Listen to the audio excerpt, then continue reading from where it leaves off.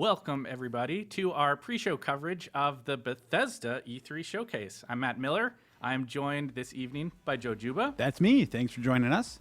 We've got Wade back there in the booth, following the stream, keeping track of everything. Mm-hmm. Hi, everybody. How you doing, Wade? That was great. Yeah. Okay. As he steps away from the mic. So we're going to talk about a few different things here before the show gets started. There's a lot of games that Bethesda probably has on the docket right now. One of the biggest ones is almost certainly Fallout 4. Joe, I know you did some writing about Fallout 4 just before the E3 got going. Yeah, I did. I did a wish list on Fallout 4, which was just sort of one of our things where we do a rundown of the various things that we're hoping to see in it. But at that point, it's like, I mean, until we actually are able to see what Bethesda's ready to present about that, which, I mean, I'd assume would be some sort of, like playable on-stage demo or something like that sort of thing. Previously, Bethesda, and specifically Todd Howard, as part of Bethesda, when he has a new game, there's a pretty clear way that it gets presented, which is that they put together somewhere between a half an hour and 45-minute sort of experience that is representative of what the game is going to be like. They've done it. They did it with Fallout 3. They did it with Skyrim. They did it, I think, even to a certain degree. They had a kind of a variation of that way back with Oblivion that they played around with that I remember seeing. Though it was less public back then. So I'd be pretty surprised if that's not what we got here, was having either him or some other representative from Bethesda out there on stage.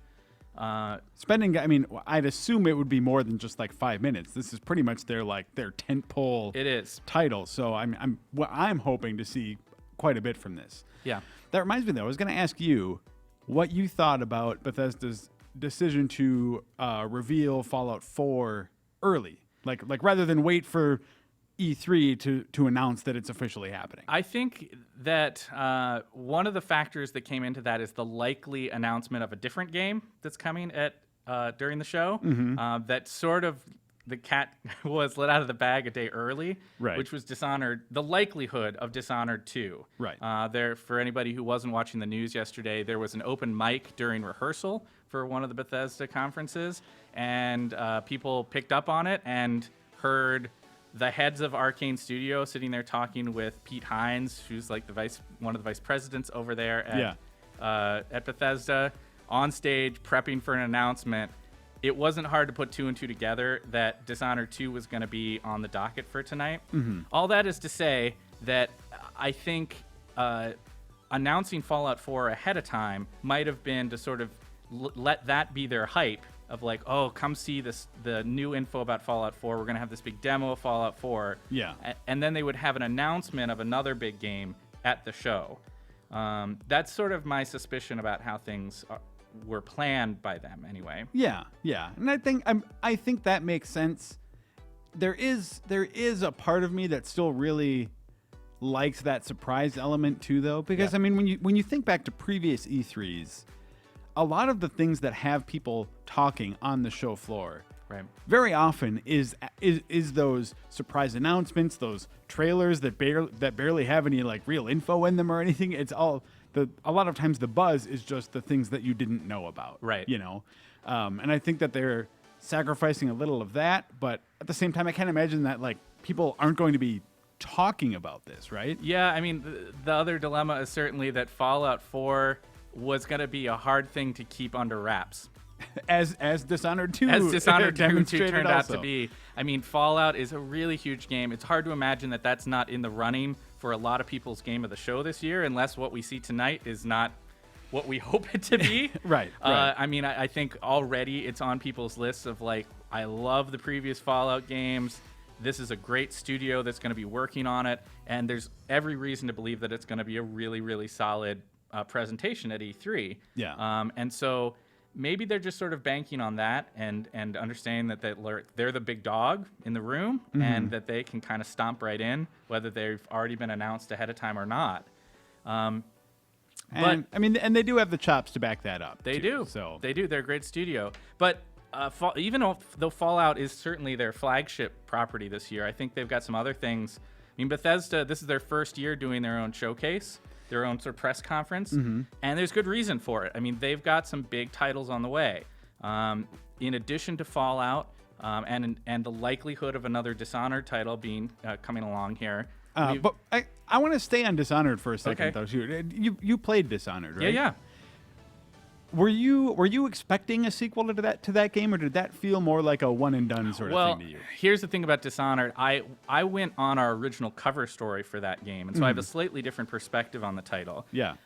Because I know how much that studio was building a wider world and how much they talked about that wider world with us, even though that wasn't necessarily going to be what this first game was about. Yeah. I knew at the time that, like, even though they didn't explicitly say to those of us on that trip, we're doing a bunch of games in this world. I mean, they created this like world map that had all these different countries and this massive continent off to the side and different islands other than the one that the first game was set upon. Yeah, and they have this whole system of like alternate technology and stuff going on. Like, you definitely got it. That's one of the things I really appreciated about Dishonored is you definitely got a sense of a much broader world beyond just like the story of Corvo that you were playing, even though that in and of itself was satisfying. But One of the things I may be most interested in with a new Dishonored game would be if it has anything to do with Corvo. Because he was a really great hero, I think, a really interesting character. Yeah. And yet they have this big world that they could tap into. It's entirely conceivable that they could be branching in a totally different direction and playing with a different playable character. But then again, are they willing to leave behind that great protagonist? I mean, I think they would. They demonstrated. I mean, like, we know for a fact that. Now I'm spacing on the name. Is it the Stranger? The kind of godlike creature in that world. Yeah, that sort of deity that's floating around. Like, we know that from the DLC featuring Dowd and stuff like that too. We know that there are other people with abilities like that out there. I don't think it's a stretch to jump to someone else. Yeah. So anyway, I was pretty excited when that leaked out. Yeah, no doubt. I think that'll be a really exciting one.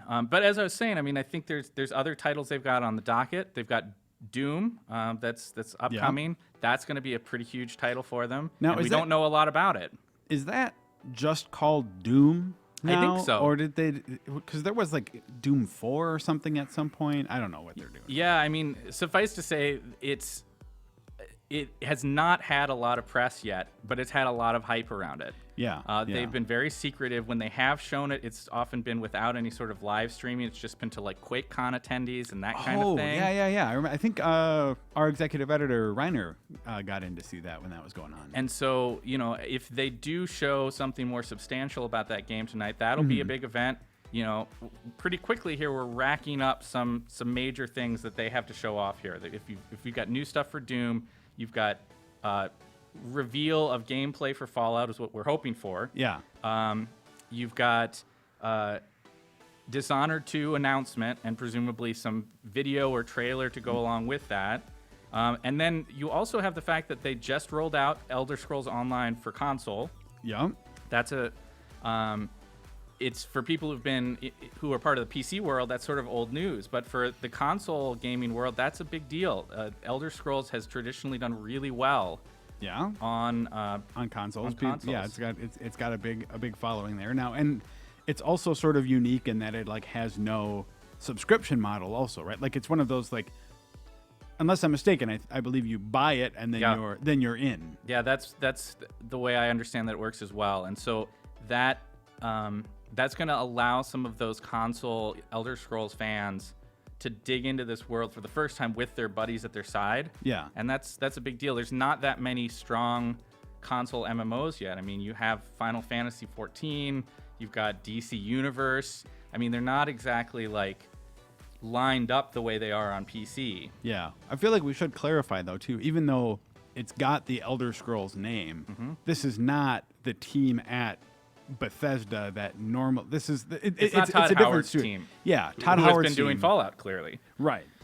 This is like it's what, like Bethesda ZeniMax Online Studios or something like that is the name. So it's Exactly. That's not to say that it's necessarily going to be like super inconsistent or anything, but it's also like not exactly that style of game Right. either. So they've got that. Their other title, I think, is a much more of a wild card, which is Battle Cry. Yeah. I mean, this is a weird game that we don't... Not to be confused with Battleborn. Totally different from game. Gearbox. That's right. Battle Cry is a big 32-player online brawler kind of a game. It has been in the works for a while, and I believe it's targeting release on PC sometime later this year. And it's the story conceit behind this game is sort of weird. It's sort of like an alternate history where at a certain point gunpowder gets outlawed. Oh, yeah. That's all right. the idea. Makes sense. And this leads to this totally alternate industrial revolution.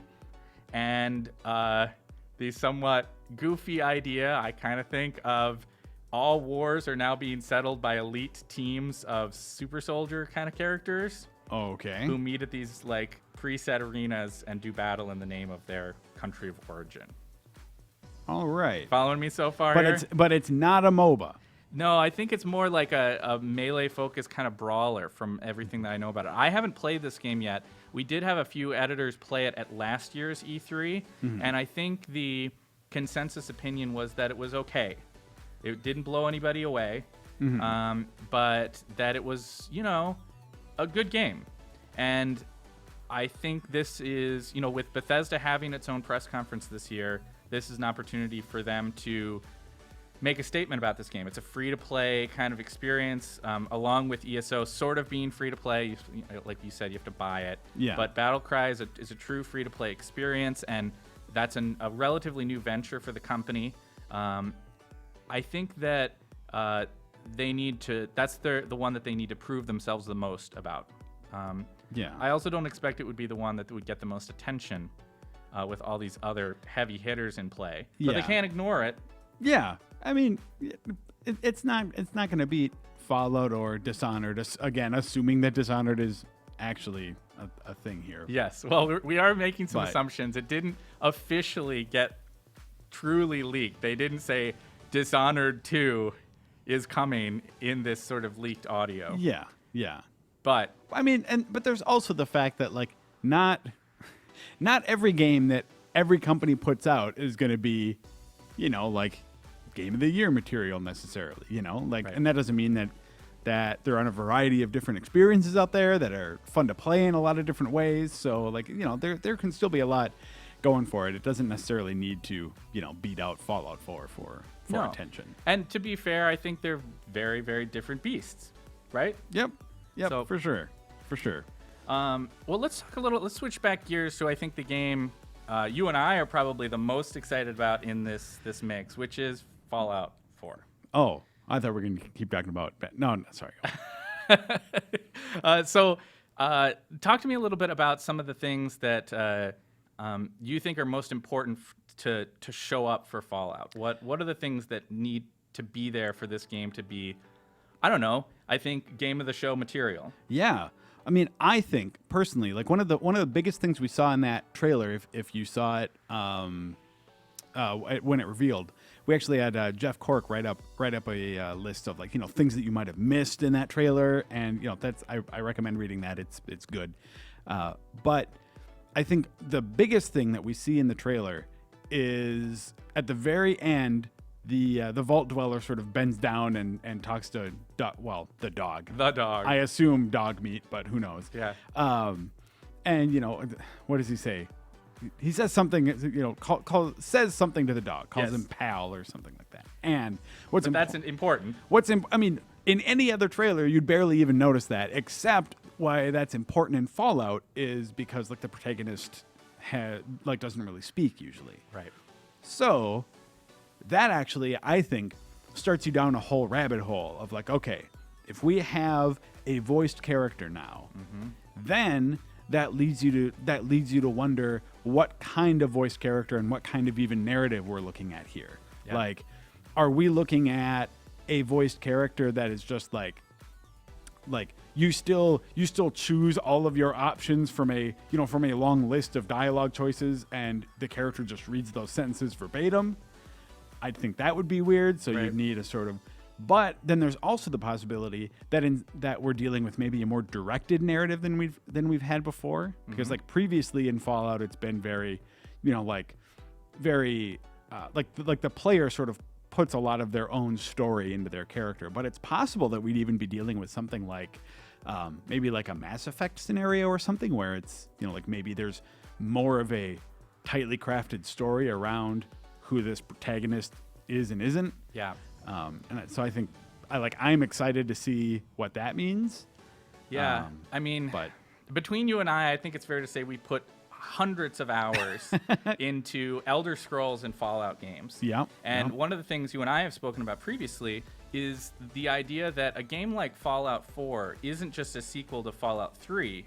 Mm-hmm. It's a sequel to Skyrim. It's a sequel to New Vegas.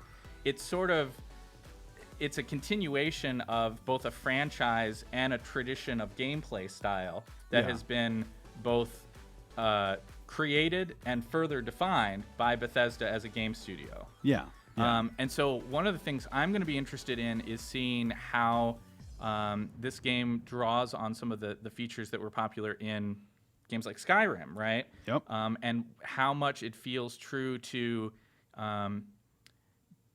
that sort of longer heritage of what Bethesda does with its RPGs versus what it did with Fallout 3. Because if you think about it, Fallout 3 was really the only game they ever did in that universe. Yeah. Right? Right. And so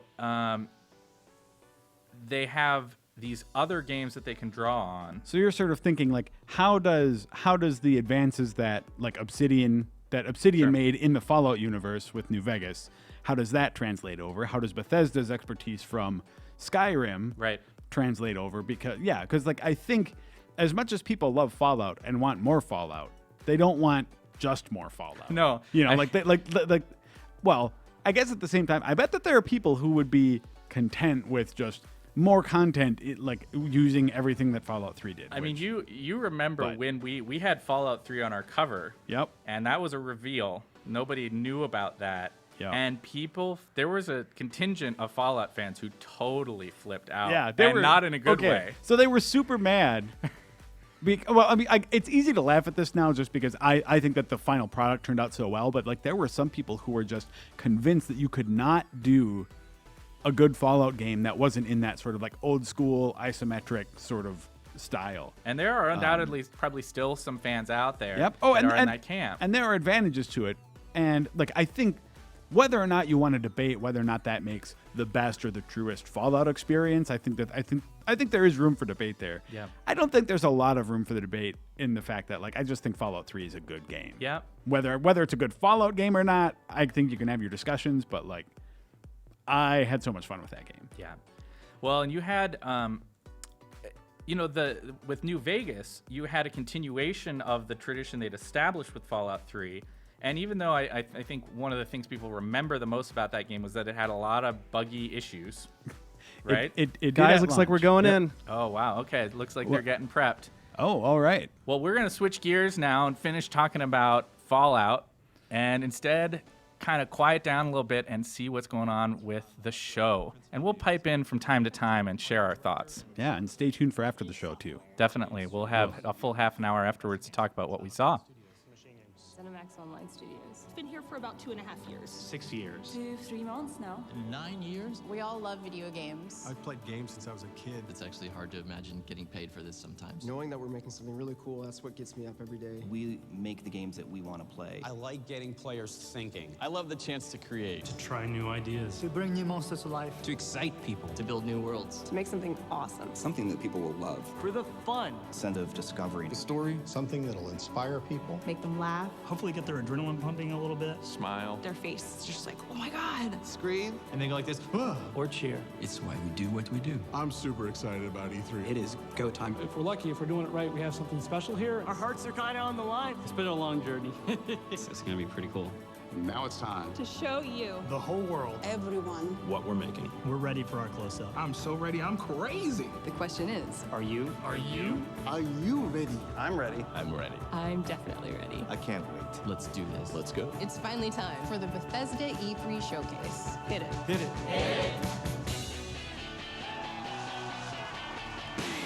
Joe, that's what we call a hype video. For sure. We're going to be seeing a lot of games here, I think. I think we've got some montages on the way.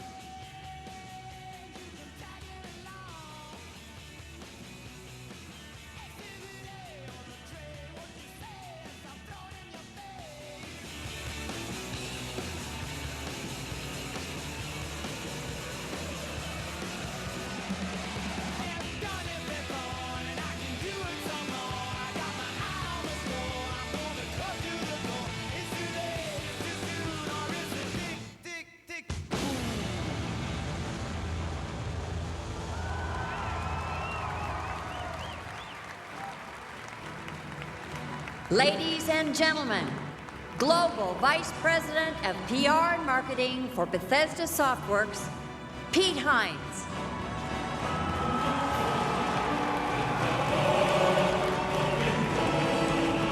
That's pretty great. That is pretty He great. gets to walk into the Dovahkiin music. For everybody watching, Pete Hines is a pretty great guy. So it's cool to see him up on stage right now. Thank you so much. Good evening and welcome to Bethesda's first ever E3 showcase.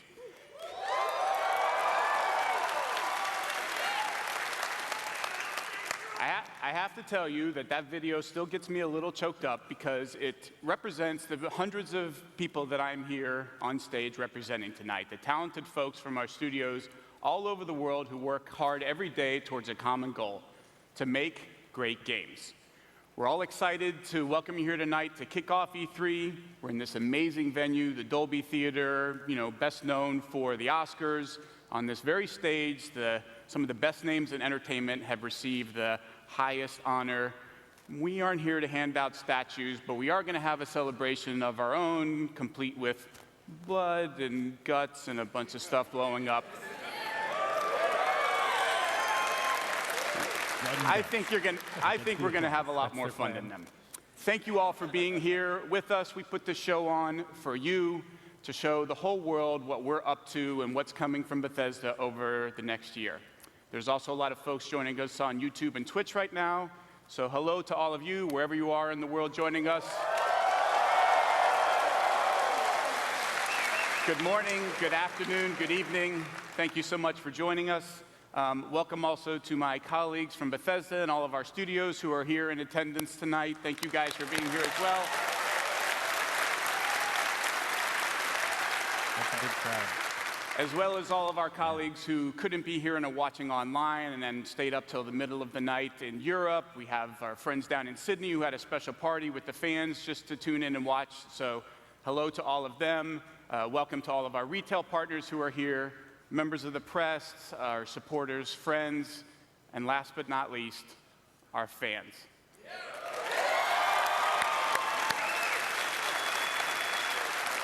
We truly believe we have the best fans in the world. They're loyal, they're smart, and they're passionate about games. They share our passion for great games. And that's what we're here to do tonight, to talk about games. So let's get right to it. Are you ready? Yeah! I assume that some of you in the audience have heard of a game called Doom before. I thought you might have. In 1993, a small studio named id Software made a first-person shooter called Doom that forever changed gaming. First-person shooters became a phenomenon, Deathmatch was born, and Doom became a cultural icon. To this day, Doom is considered one of the most important and influential games in the history of our industry, and tonight, it is back with a new Doom. Built on the id Tech 6 engine, or as we like to call it internally, id Tech 666, it has taken the first-person shooter to a whole new level. To introduce the new Doom, please welcome executive producer at id Software, Marty Stratton. So yeah, as we were talking about before the show here, this is a pretty big deal because there's not been a lot shown of Doom yet. And it seems like this will be one of the first big public showings. Yeah. Wow. And it's not Doom 4, it is just straight up Doom. I've had the pleasure of working on id games for a very long time. And I've been a fan of them even longer than that. So it's an honor for me to represent the amazing and talented team at id here tonight.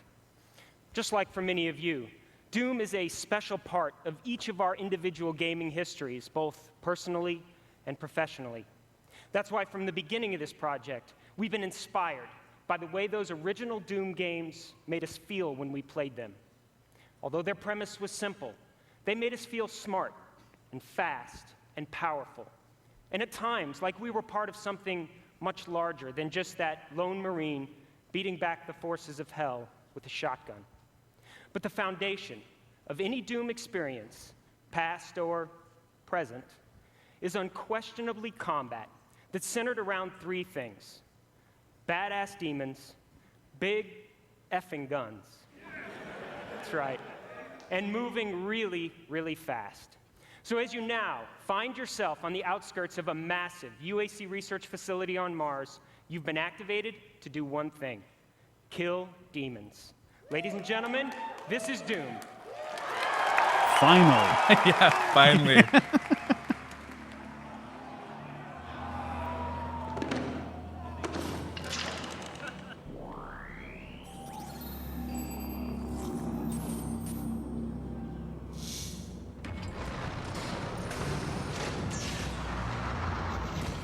Okay, this looks pretty amazing. Yeah, that does look visually just pretty awesome.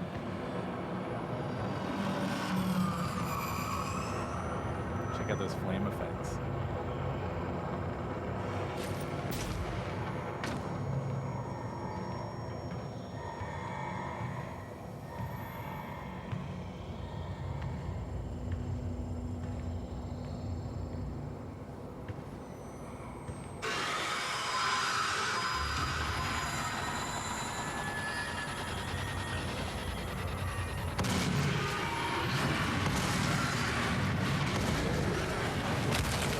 Ooh.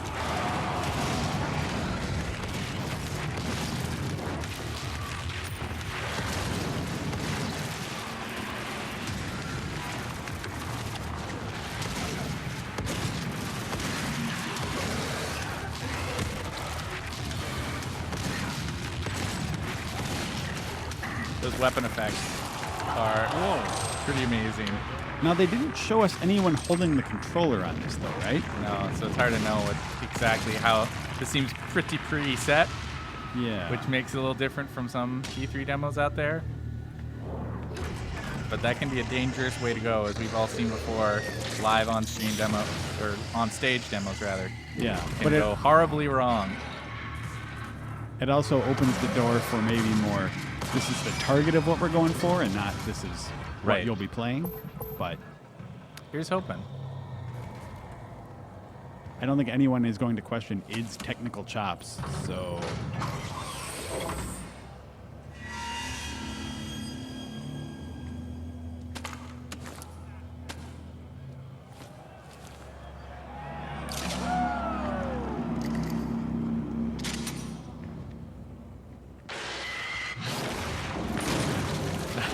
Nice. I'm curious what all these... Is this just all shells that he's picking up? I can't tell. Oh. Some pretty serious dismemberment technology going on here. Well, the crowd did cheer for blood and gore. They did indeed.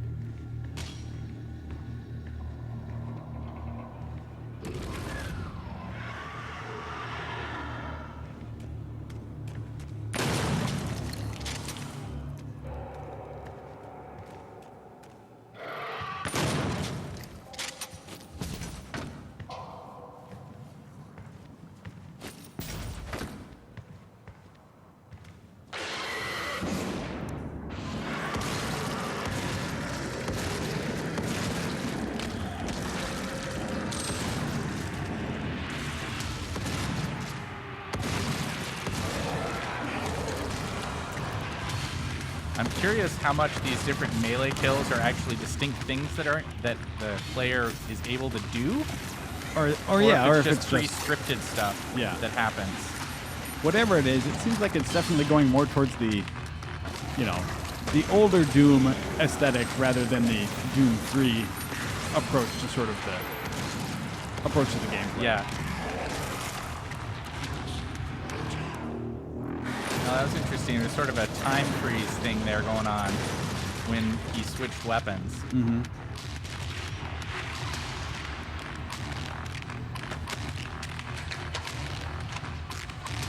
Clearly, one of the things they want to show off here is a focus on the guns and all the different types of weaponry you're going to get to play with.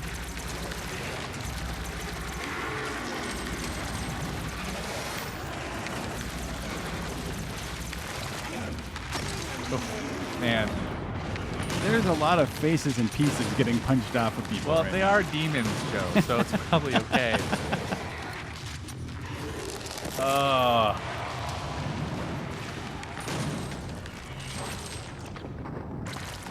Yeah, I like that slowdown effect. That's cool.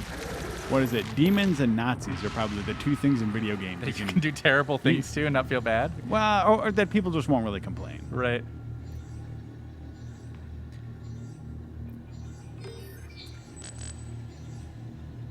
One thing that people have looked back on Doom games and I don't know if criticize is the right word, but have noted about them is how they can sometimes be pretty linear and corridor driven. Mm-hmm. It does not appear that they're moving away from that, at least if this demo is any indication.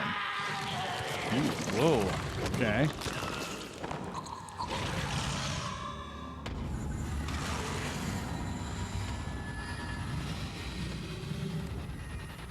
That's pretty cool.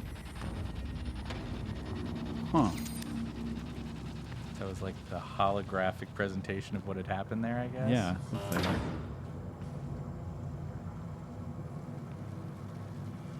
He's fine. He's probably fine. Oh, man. Why was that necessary?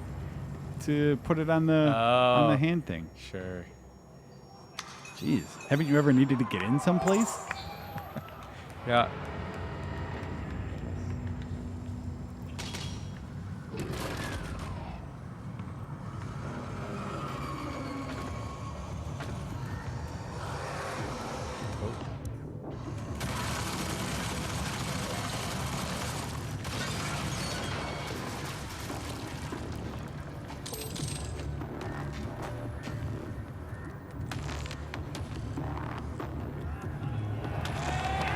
Nice. People are stoked about the chainsaw. I wonder if John Romero is going to be the last boss again.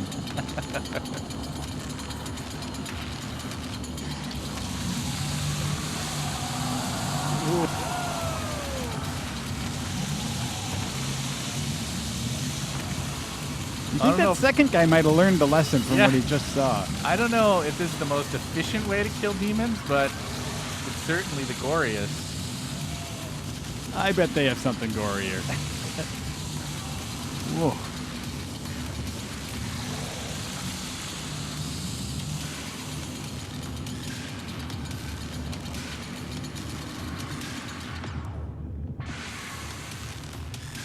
Why would you ever use anything but that awesome chainsaw?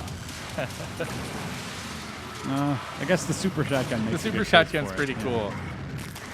Oh, well, he's gone. I'm loving the explosion effects and these blasts that the demons throw. They look really cool. I mean, everything about the environment, the effects here is really cool. Whoa.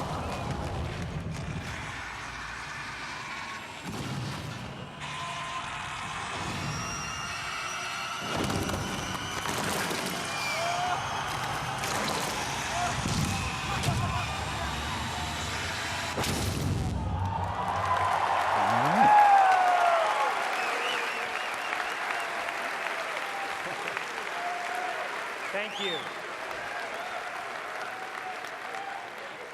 Thank you so much. Now, Doom is certainly about more than just the single-player campaign experience. And now that you've seen the game's combat, let's talk about multiplayer. Doom multiplayer is fast-paced, arena-style combat in locations ranging from UAC facilities on Mars to the depths of hell. You'll be challenged in exciting modes like Domination, Freeze Tag, and Clan Arena to annihilate your enemies using your own personal blend of skill, fast vertical movement, awesome guns, and very unique power-ups. Here's a sneak peek at Doom multiplayer. We're getting a double dose of Doom. As we suspected before the show, they're going all out to showcase this game, finally. Yeah.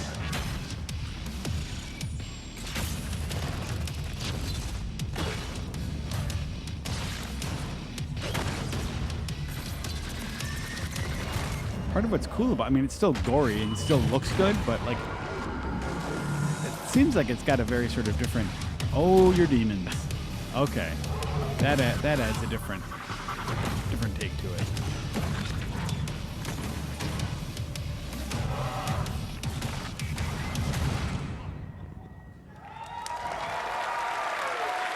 I might be getting too old to play multiplayer that fast. We look forward to sharing a lot more on Doom multiplayer in the coming months. But as you've now seen, Doom's wide variety of guns, wild cast of demons, and fast movement provide the building blocks for hours of great entertainment in both single and multiplayer modes. But we weren't done. We wanted to provide more and allow our fans to do more.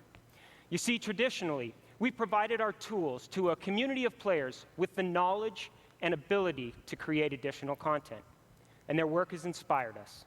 So with this Doom, we asked, what if every player, regardless of platform or past experience, had the ability to build and instantly share their own creations? Like this co-op experience, where the goal is to survive wave after wave of demons. Or this mode, where you kill demons to earn credits that you can spend on ammo or health or bigger guns.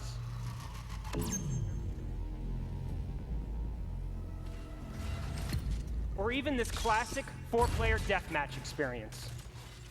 What if the possibilities were only limited by your imagination? Tonight, we are proud to announce Doom Snap Map, a custom-designed, built-in gateway to an endless stream of Doom experiences created by you. At its core, Snap Map is about players never running out of fun and imaginative gameplay. Question is, how does this all work together with It's an easy-to-use in-game tool with uncompromising depth and capability. Without any past experience or special expertise, any player can easily snap together and customize intricate maps.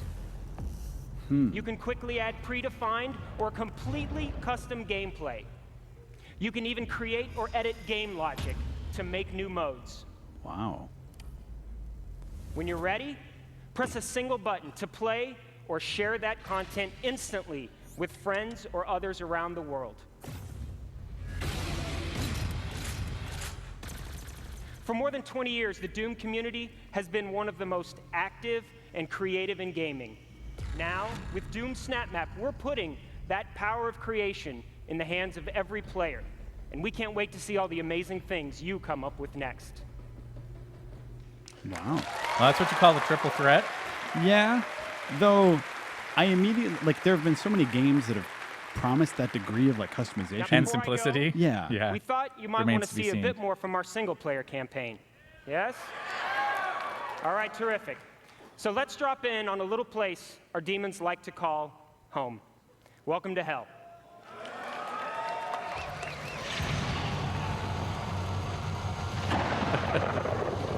Okay. Yeah, they're really showing a lot. They are. I suppose as we were talking about before, they have a fairly small, like they have a handful of games to show, so it's cool that they're going really deep on each one. Yeah, in depth on them. And the games that they have to show, a lot of them are big ones. Yeah. They didn't decide to do this press conference for no reason. This was the year they knew they could get away with it. I imagine them actually deciding before they knew what they were going to show, and they're like, "Oh, we have to get some stuff ready." Yeah. How's Fallout 4 looking?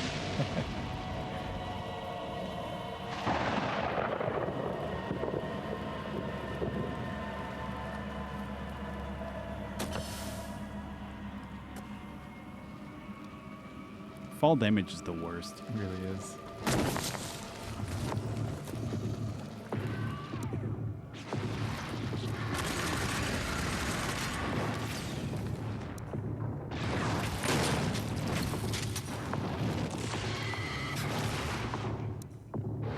There we go. That's your favorite, huh, Joe?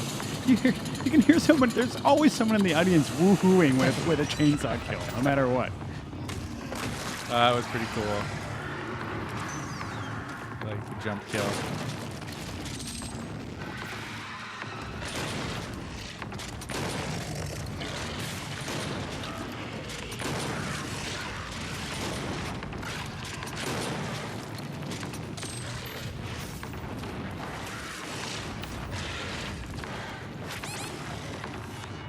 The reason this is most interesting to me is what we were talking about before, that previously Doom has been very corridor-driven. Yeah. And this is a large sort of open arena space, more like what you'd see in a Halo game. Yeah, for sure. In terms of just the battlefield, indicating that maybe that's not the only thing that they're doing in terms of just the corridor stuff.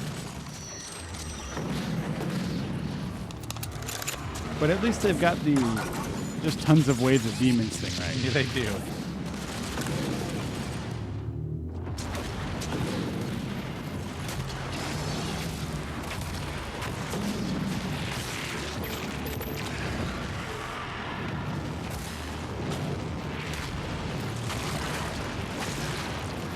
Well, if we gave an award for best looking weapon effects, I don't think anybody else would be able to hold a candle to what they've got going on here.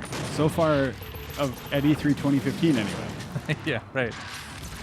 Also, best viscera. Yeah, also does. Yeah, best guts. Yeah.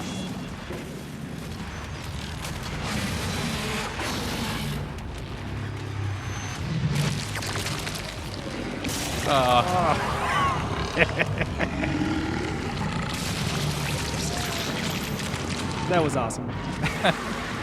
Wade chimes in. that was just great. I loved it. He can eat his own guts. Explosive guts. Yeah, you kind of wonder why he has an explosive gut in the first place. Well, you know, are you a demon, Joe? No. Okay. Would you believe I'm not? This is very clearly later in the game because we see lots more weapons in the weapon wheel. Yeah. It doesn't surprise me because this battle looks significantly more intense than what we were seeing before. Yeah, he's also being a little more cavalier with his rockets. He is.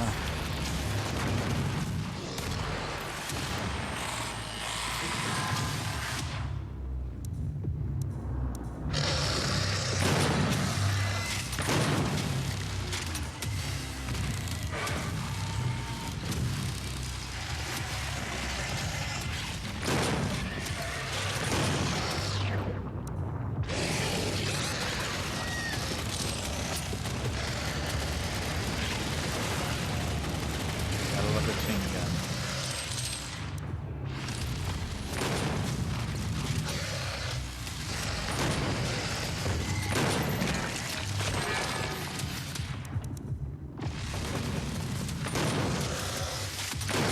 I love how this demo makes this fight look so easy. With how many times do you think they played through this section in order to get this one playthrough? And also the fact that, oh geez, that looks awesome. The fact that it's just been 5 minutes of nonstop. Oh man, is that the BFG? Yeah, I believe yeah.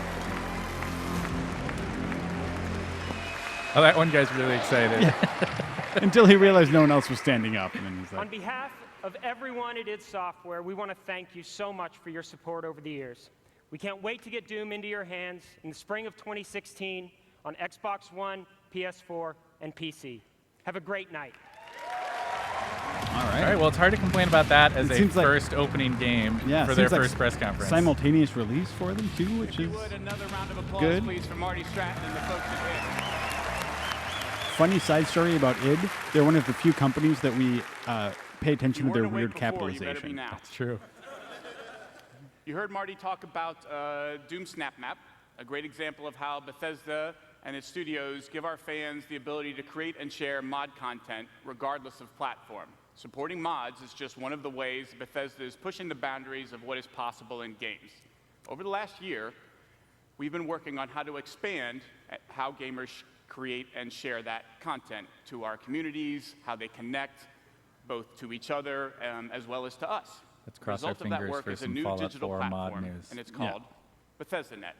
Aw. This is a home for all things Bethesda. Oh, that's still good. BethesdaNet will power features like Doom Snap Map that you just saw and is already being used to support the Elder Scrolls Online across every platform for millions of players. It will be at the heart of all of our games going forward and also integrate our websites into one seamless experience. You can find all the info you crave on BethesdaNet, including robust forums to talk about the games that you love, exclusive videos and articles, and access to games and new features. BethesdaNet builds on our commitment to developing and supporting great AAA quality games. In fact, it was that commitment to quality and innovation that inspired us to found Battlecry Studios and their upcoming game, Battlecry. So clearly this new announcement is matching up with what, Hi, some other everyone. companies have I'm done Lucas with having a Davis, design director destination at Battlecry website Studios. like battle.net. Battlecry is an online action game with team-based combat and intense tactical warfare. Face off against opponents in the war zones and battle for the glory of your nation. Select players in Australia and New Zealand have already joined us in our alpha, and soon the rest of the world can join them in battle. Tonight, we are pleased to announce that we are accepting worldwide sign-ups for Battlecry's global beta at battlecrythegame.com. And sign up now before June 18th, and you'll receive priority beta access as well as a special in-game reward. We look forward to seeing you in the war zone this fall. Until then, here's a look at how Battlecry has evolved over the last year and a sneak peek at our brand new warrior faction, the Han Republic. I hope those frame rate issues were a technical problem and not. Oh, I'm sure that they wouldn't show it.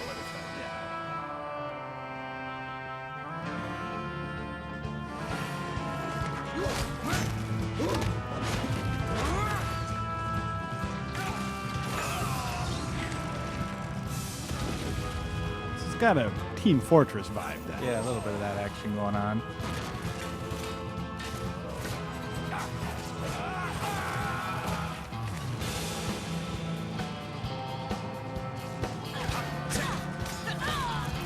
So the focus here on the different classes tells me that if you are on the E3 show floor this week, you can expect to have to stand in a line for one of several different classes. And oh yeah? Yeah, and you're gonna get to. They're gonna probably be showing each one off in specific. That would be my guess for their show floor appearance this game. That could be.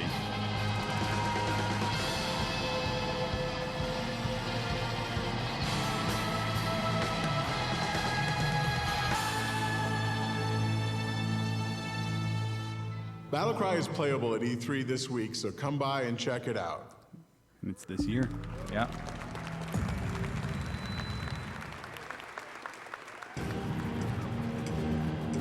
Oh, okay, so we jumped right past Battlecry. That was pretty quick.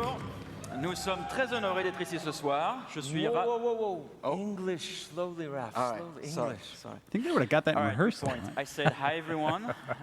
We are very honored to be here tonight. I'm Rafael Colantonio. And I'm Harvey Smith. We're co-creative directors at Arcane Studios, the team that brought you Dishonored. Thank you. Arcane was started in '99 with one mission, to create the special kind of games we're most passionate about.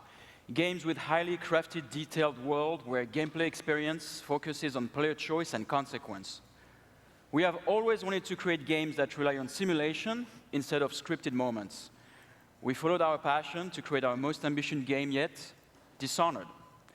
In Dishonored, you play an assassin with supernatural powers, falsely accused of murder and seeking to set things right. Dishonored became known for its unique blend of first-person, exploration and stealth, stylized art direction, and steampunk world. We'd like to say thank you to the millions of fans who played Dishonored.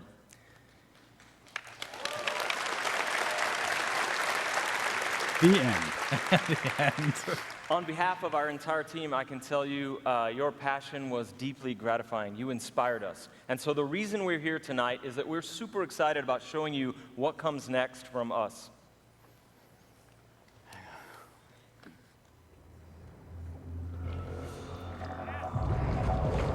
Awesome.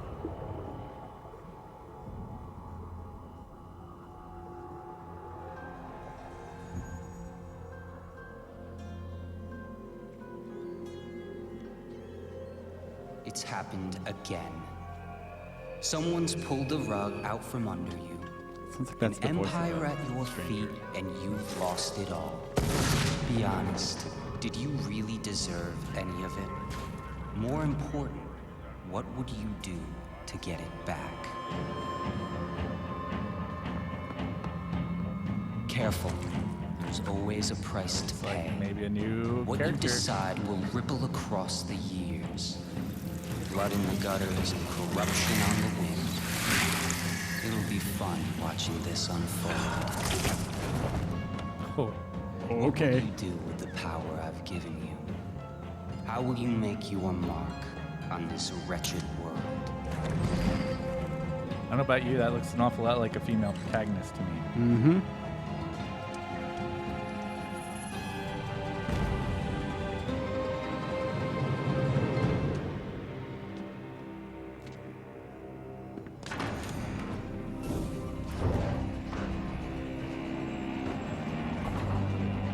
Okay. Sweet.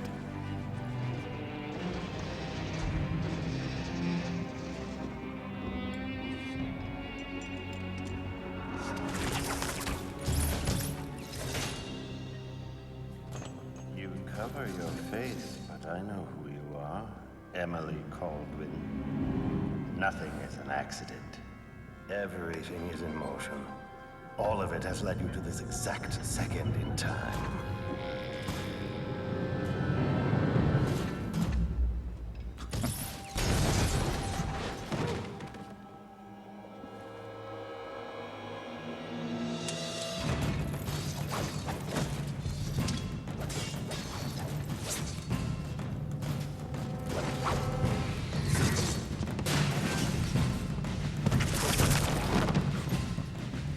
That is so rad. Yeah.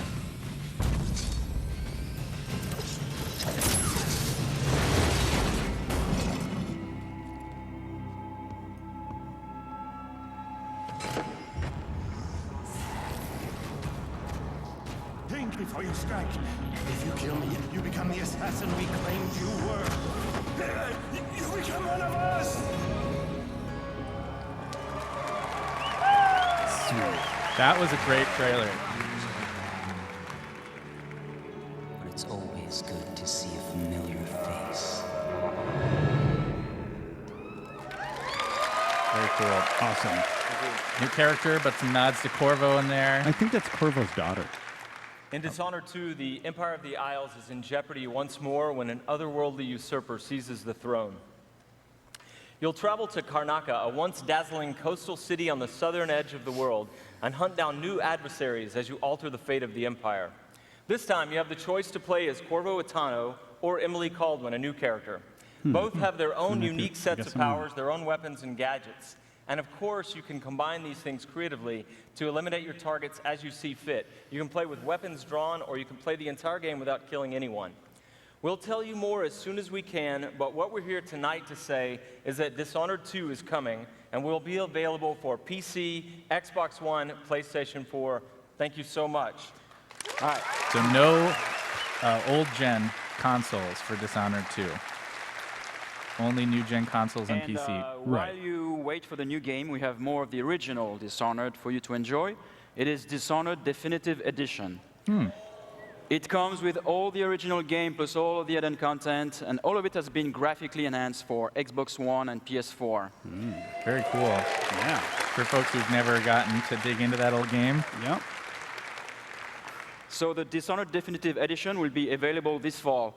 Thank you, and enjoy the rest of the show. So we could guess probably fall 2016 for Dishonored 2 might be a decent guess if they're putting out the definitive edition this fall. Yeah. But we'll have to see. It's just a wild They guess. showed so little of it. Yeah. We'll have to wait and see, yeah.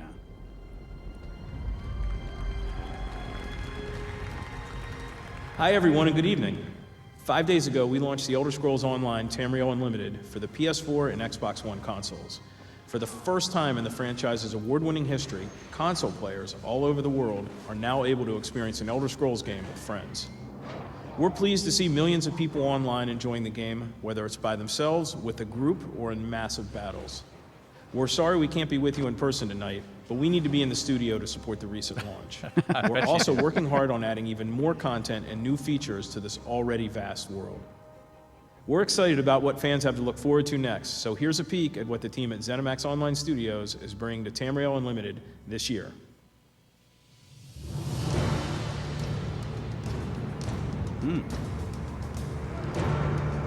That's not how I remember it in Oblivion, Joe.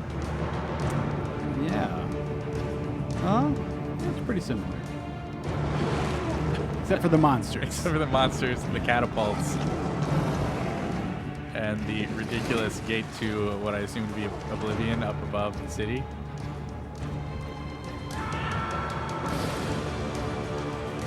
Do you remember where is this pre-Oblivion or post-Oblivion? No, it's pre. It's meant to be telling the story of what happened, I think, a couple thousand years before the events of the earlier games. Okay.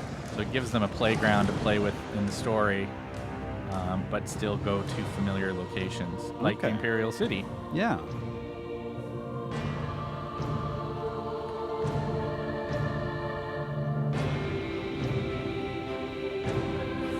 The realm of the orcs doesn't seem as exciting as the Imperial City. Well, yeah.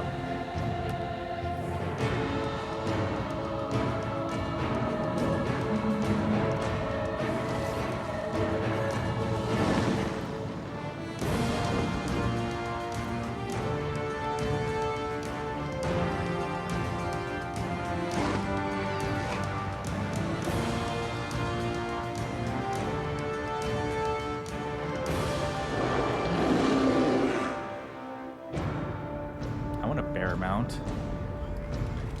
You can make that happen. I can. Oh yeah! It's the Dark Brotherhood. I know. Okay. You're a big fan. Hi.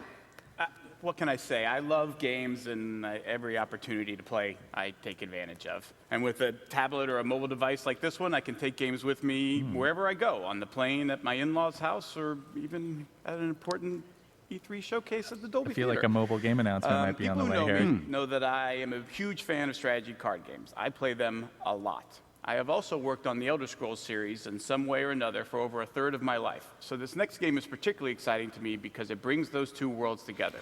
Tonight, we are pleased to announce the Elder Scrolls Legends, a strategy card game that builds on the rich legacy of Skyrim and the Elder Scrolls Online. So Hearthstone and on brings mobile the world of the Elder with Scrolls Elder to a Scrolls, completely new genre. basically. Here's a sneak peek.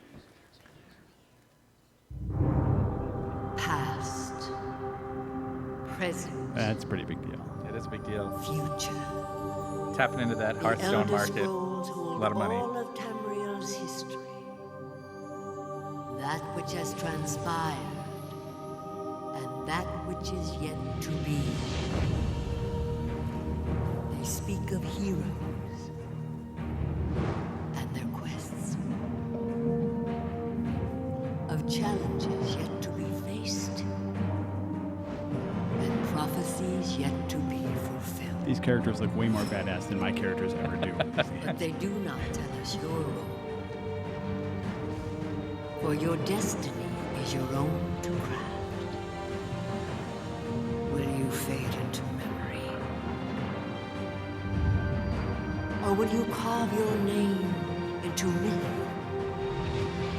and join those who have become legends?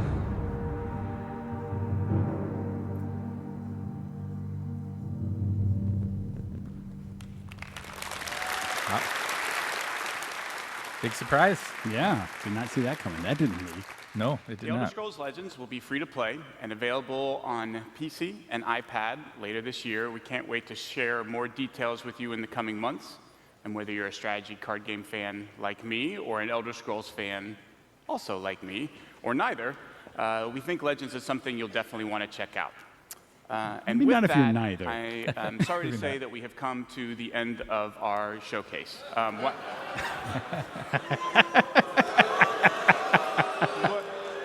did I? We did Doom, right? We did Battle Cry, and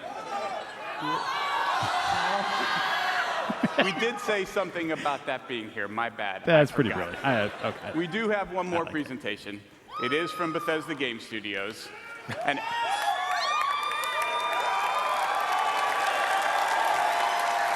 Fallout Legends, a collectible card game. And actually, we are all here because of this next game. Because about a year ago, I had the idea to do this showcase, and I went to this gentleman and I said, hey, instead of having to do a demo every hour, all 3 days of E3, what if I figured out a way for you to do just one demo? And he, of course, instantly said, yes, please. Now, I don't think he knew that he was getting, what he was getting into, that we would all end up being here streaming this live all over the world, but hey, promise is a promise. He said he would do it. So here we all are, ready and waiting for his one demo of this E3.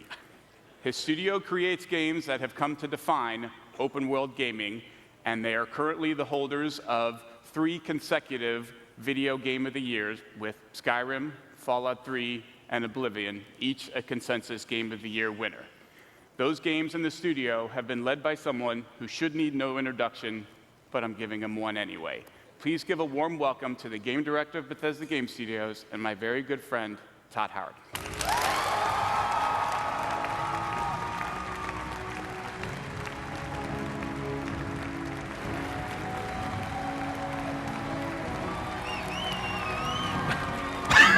He's really doing it. He's really doing it. This is great. Look at this. You all came. This is amazing. I need to let me take this in. Holy crap. You know, when I first started at Bethesda 21 years ago, yes, believe it or not, there was no E3. There was none of this. You remember that? We had CES in Vegas, and the video games weren't even in the main building. They were in like an ancillary tent with the porn. It's not, I'm not kidding. Blizzard's booth was closer, for the record. But now look at us. Look at all of you here. Look at video games. Everybody online watching this.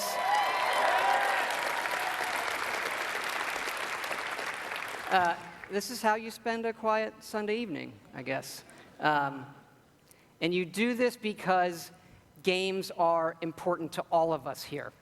And I think we can all agree that tonight starts a week with E3 that is the world's best week of entertainment ever. Nice to see some E3 enthusiasm here. Because entertainment is an essential part of our lives. And games can do things that nothing else in entertainment can. They can transport you to new worlds. They can give you the true wonder of discovery and often the pride of accomplishing something yourself in a game. It's a wonderful moment. And in the world of entertainment, there are very few things as good as Fallout.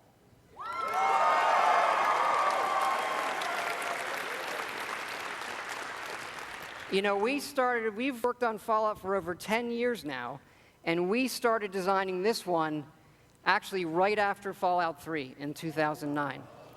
Wow. We were busy with the Skyrim game, but for the last 4 years, we have been working very, very hard to create something really special, and we've done a lot, and tonight we are going to show you a lot. Nice. Settle down, Miller. Yeah, right. And it all starts with an obsession to detail. Our artists concept every button, every blinky light, not just on one terminal, on all of them. Because it's our belief that it's all of these small details coming together that form a much, much larger whole.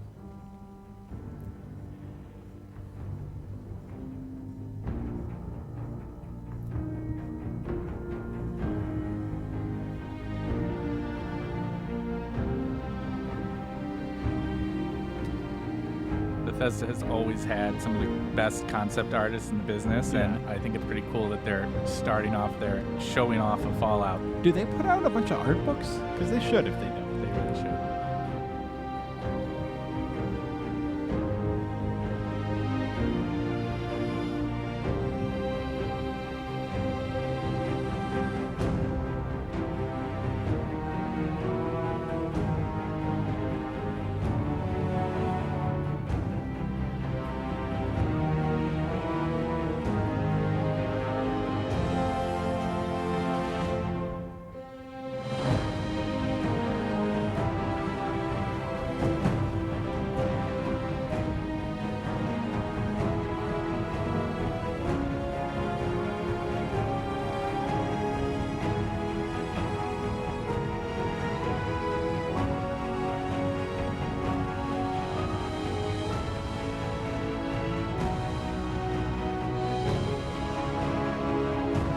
most epic music for a concept art reel that I've Yeah. ever heard, though.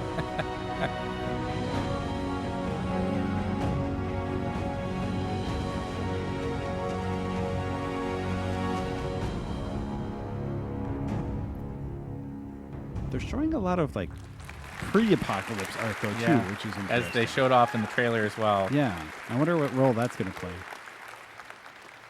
And that last image is really important because one of the great things about Fallout is the world that existed before the bombs fell. And that is where our game starts. Cool. Wow. On a beautiful Saturday morning with the threat of nuclear war looming. You're gonna knock him dead at the Veterans Hall tonight, hon. You think? Absolutely. Now get ready and stop hogging the mirror. Right.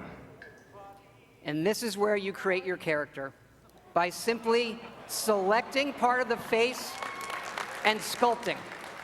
Okay. While your wife watches.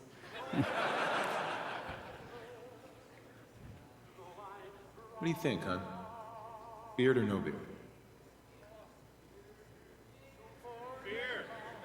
We're going to speed up time here and show you just how easy and powerful It's a little more this involved is to than create all new characters by just previous, sculpting and making changes wherever you want in the character face. No series of sliders.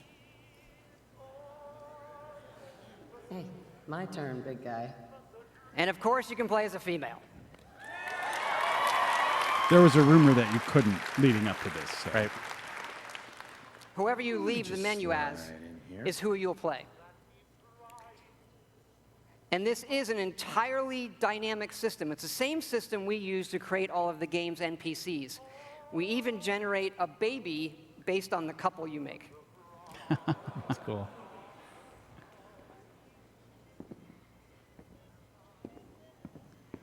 Good morning, sir. Nice. Your coffee. 173.5 degrees Fahrenheit. Brewed to perfection. Thanks, Kazuo. Of course, sir. Nuka-Cola. Ice cold. Saturday morning? Yeah. Sugar bombs. 100% daily value of sugar.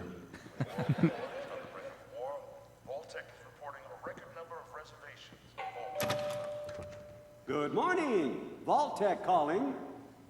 Vault-Tec? Oh. Remind me again. There we Why, see we're our about conversation you, sir, system. and helping secure your future. You see, Vault-Tec is the foremost builder of state-of-the-art underground fallout shelters. Vaults, if you will. But there's room for my entire family, right? Of course, of course. Miner's your robot, naturally. In fact, you're already cleared for entrance. It's just a matter of verifying some information. Sweet. I like the idea of integrating the character creation in the story. That's something that Bethesda's often Wonderful. good at. That's everything. Just gonna walk this over to the vault. Congratulations on being prepared for the future. Thanks again. Hey, it's peace of mind. That's worth a little paperwork, right? Mr. Howard, Sean has been changed, but he absolutely refuses to calm down. You heard Codsworth say my name. That isn't for the demo. We actually have recorded around 1,000 of the most popular names for him to say. That's cool. Wow. How are the two most important men in my life doing? Spin the mobile a bit. He loves that.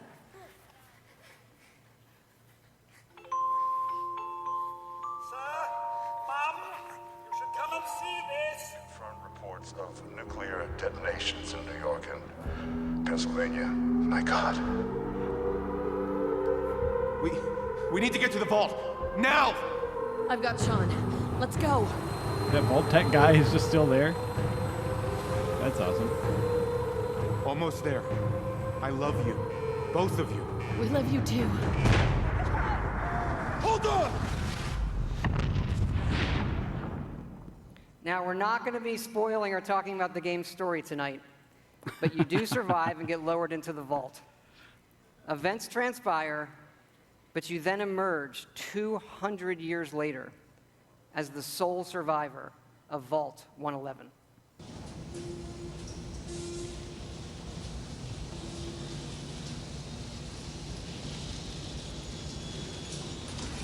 Still got the Pit Boy. Yep. They're hitting all the right notes. They are. This is always one of my favorite parts of a Bethesda game when you merge out into the open world. It's always the same broken This world in is Fallout. an but- enormous So dynamic great. world So cool. where you can create any kind of character you want, go where you want, and do whatever you want. Player freedom remains our absolute #1 goal. Joe, you had hoped for some better third-person camera stuff. Looks like they were showing a little bit of that there. Yeah, we'll see how it pans out. Yeah. This is running on a next-generation version of our creation engine, features full physical-based rendering, as well as dynamic volumetric lighting.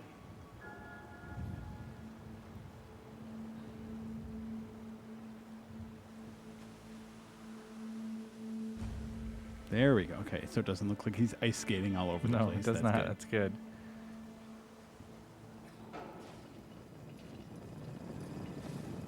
As I live and breathe. Mr. Howard, is that really you? He's dead was one of the options. You're still here. So, other people could still be alive too. It's worse than I thought. You're suffering from hunger-induced paranoia. Not eating properly for 200 years will do that, I'm afraid. No. No, that's not possible. I wasn't out for that long. That means you're 2 centuries late for dinner. I like this guy. I like this guy a lot. Yeah. Snack? You must be famished. What? Food? Yeah, sure. I need a minute to think. Then I'll be right back. Even our dialogue is dynamic. It is not a mode you're locked into. You can play it in first person, you can play it in third person, you can walk away whenever you want, you can shoot him in the face if you want.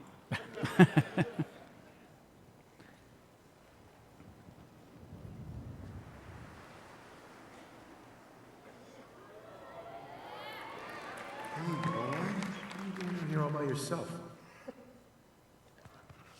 You're a mutt. You want to come with me, pal? Yeah, he does. Okay, then. Let's stick together. Hey, head over there. And yes, you can give the dog commands by simply pointing at things in the environment and activating them. It's all contextual. Grab that.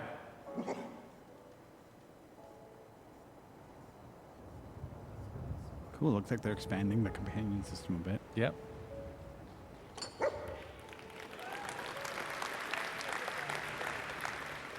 Ready to get back out there? Like the option to trade with the dog. Bats. Bats.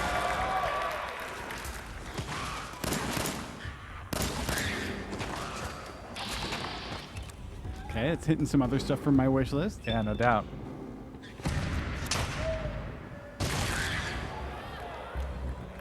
It is from here that you'll explore the most ambitious and detailed game world that we have ever made, culminating in the massive ruins of downtown Boston.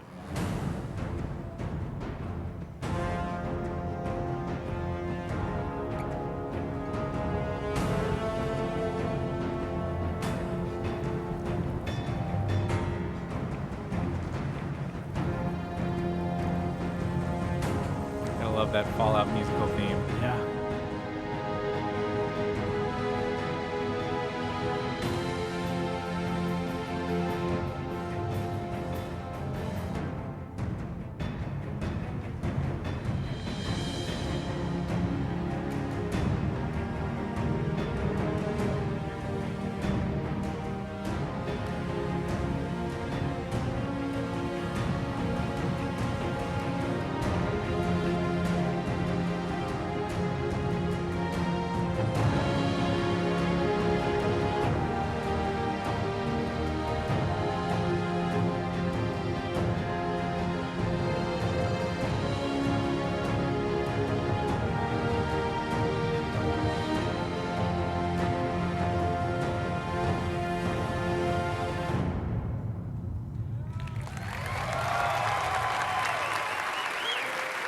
Looks like a cool world. Yeah.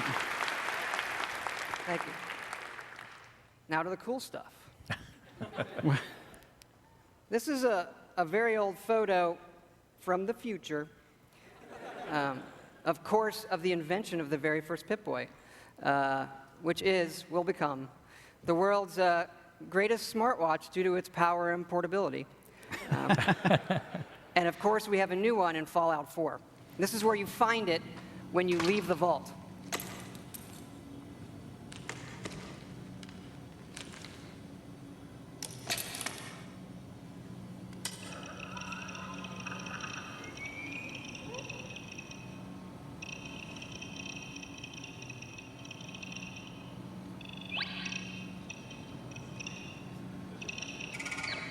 Now, you do spend a lot of time in our games looking at your stats, your items, and more.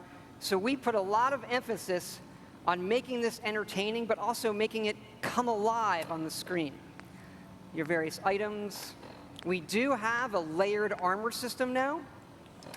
There are holotapes you can listen to, and some of these are even game tapes. That's cool.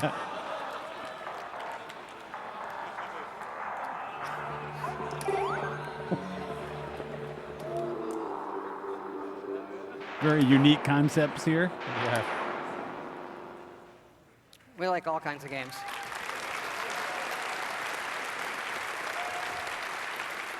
Yeah. We just, the Pip-Boy is an important part of Fallout, and we love it so much. We made a real one.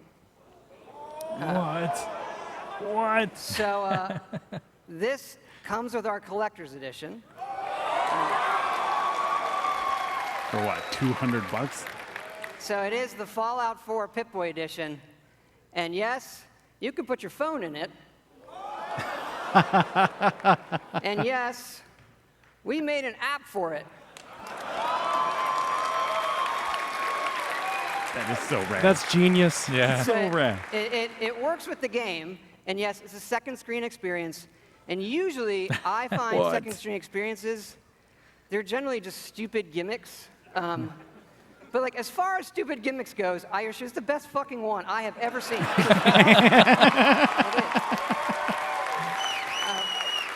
Love the passion. Yeah. And here, I'm going to show it to you in action. It works. It actually works perfectly. It's the same code that we use on the Pip-Boy That's running really on the cool. app. Works on any platform on your local Wi-Fi, Xbox One, PS4, PC. They're going to sell a lot of collector's editions. Oh, man.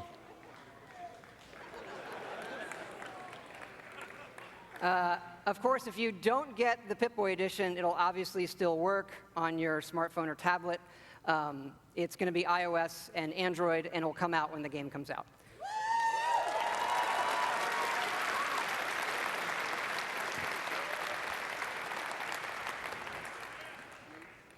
But we've also done something else for your smartphone and your tablets.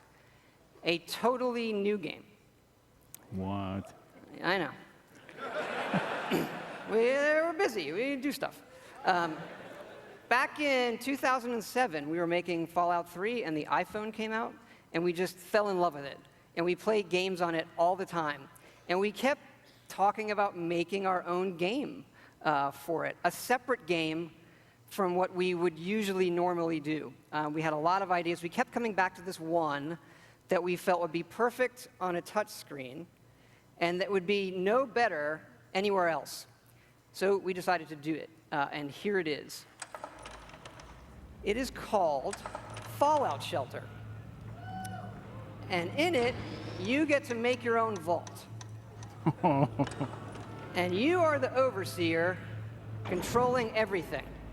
Nice. Joe, you're going to murder so many people. Oh, man. You control the people in the vault. It's your job to keep them productive and happy. This is inspired by the other games we love, going back 30 years to Little Computer People. You'll see inspirations, obviously, from XCOM, SimCity, FTL, things that we really, really like. I love the art style. Yeah, Each it's dweller cool. has full stats. They all level up.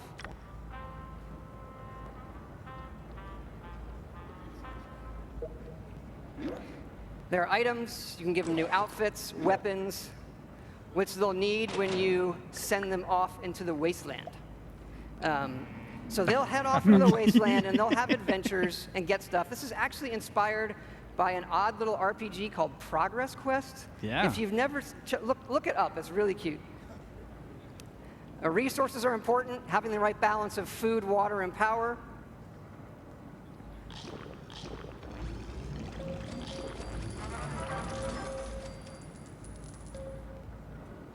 There are lots of different rooms you can build, ones that give you resources. Some of them train people. They train your dwellers' stats. Some catastrophe is going to happen somewhere along the line. The bar, of course, trains charisma.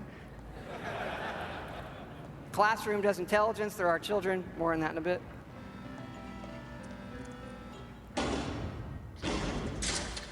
And you do get rewarded with lunchboxes full of random loot.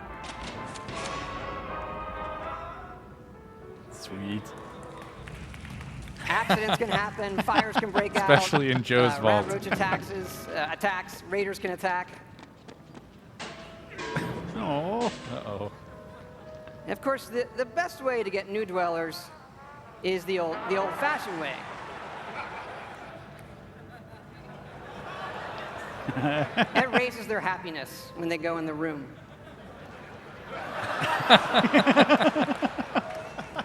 And of course, as overseer, you get to name all the babies.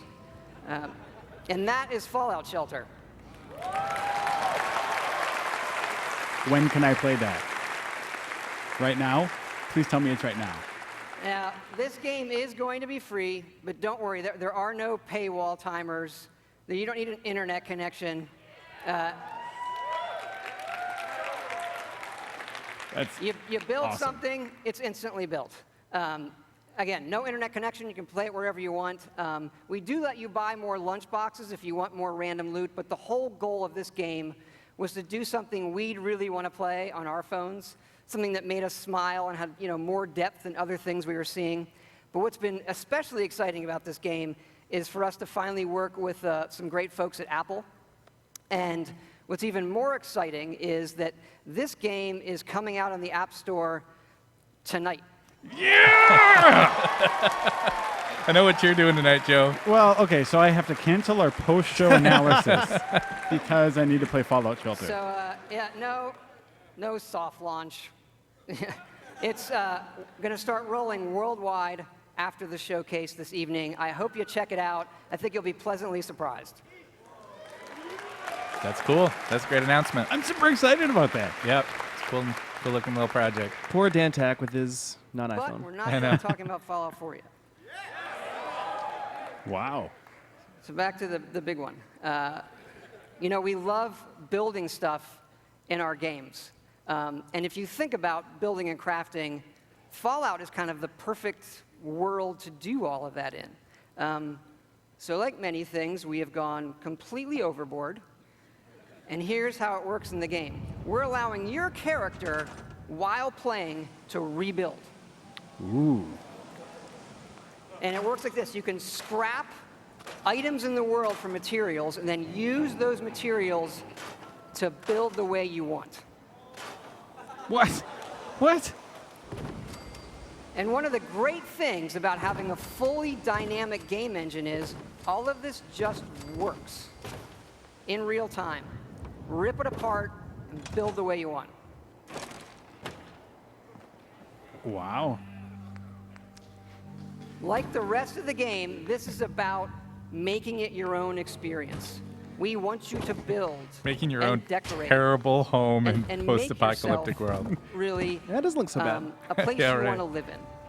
A new home for yourself and your best friend, of course. Everybody loves the dog. As your settlement grows, people will arrive, including certain traders. They have some of the best items in the game. For these people, you can plant food, water, and even power generators. Interesting. All right, so the generators will power things through switches that require power. This is a pretty great lights idea, and though. other So items. the idea And that then you're you run building your wires that own connect them settlement. all, and again, it not just works. co-opting one that's already been there. Right. You can also build your own terminals that hook to this power grid, and then you can control the various things and tweak them that the power lines are connected to. Very This nice. includes things like turrets,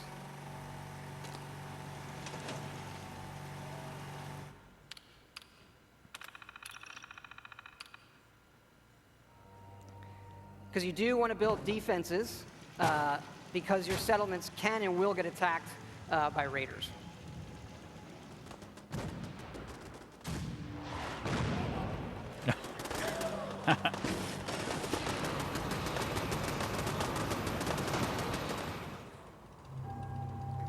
So it's fun to build up something yourself in the game that usually you'll find that we have built for you. And there are many large sites in the game world where we allow you to build. And you can even run Brahmin caravans between your settlements. That's cool. Keep in mind, like most things we do, this is an optional part of the game that you can do if you want to. It's just one part of a huge game, but it's really, really great for Fallout. We just absolutely love this feature.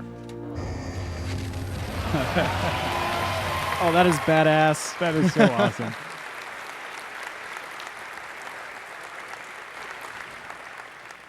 And this crafting system carries over to other things in the world. So let's say you want to build this scope. And the game will tell you you need these components.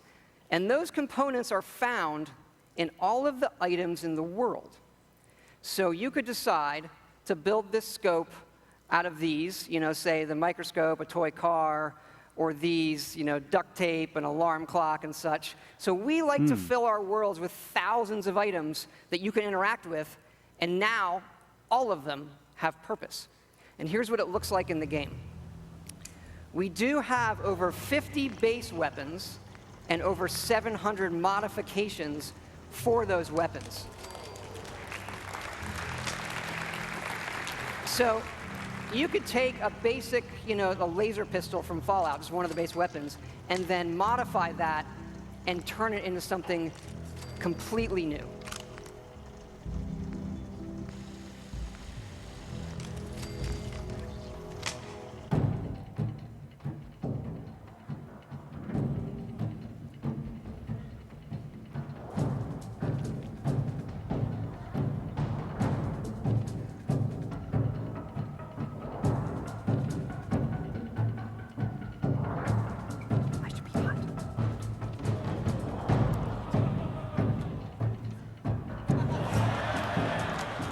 Nice. So it's got a little bit of like Dead Rising almost in there, like sure. weird sort of weapon combinations. That matches well with the Fallout world aesthetic, I think, right? Yeah. Well, and so much more interesting than their previous their crafting before was basically like you get a schematic and then you just get the things And you can need to even build modify that. Oh yeah. That's cool. your own power armor.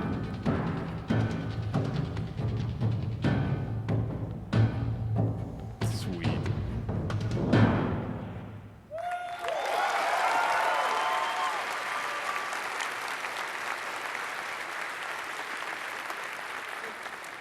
We've spent a lot of time on all the weapons and the armor because we have focused heavily from day one to make the combat in this game feel great. And feel great no matter how you played it. You want to play it full-on first person, you can play it in third person, or you can use VATS, which now gives you more control to slow down time and choose your shots. There's a lot of great things that this game does, but I tell you, you could be experiencing, a quiet moment in the game with your dog, and the right song comes on your Pip-Boy, and the action breaks out, and you're reminded just how fun and special a Fallout game can be. Ready to fuck some shit up?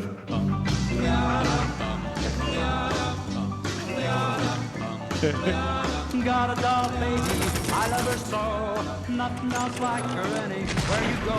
A man, she's anything but calm. A regular pint size atom bomb. Atom bomb, baby, little atom bomb. I want her in my wigwam. She's just the way I want it to be. A million times more.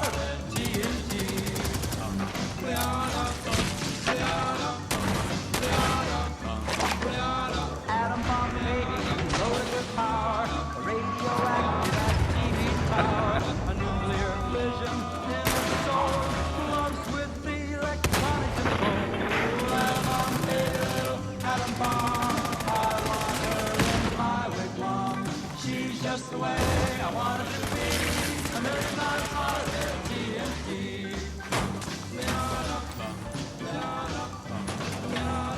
Sweet. Atom bomb baby, boy she can start. Oh, those guys are in trouble. Chain reaction in my heart. A big explosion, big and loud. Like a tree right up on a cloud. Atom bomb baby, atom bomb. I want her in my wigwam. She's just the way I want her to be. A million times hotter than TNT.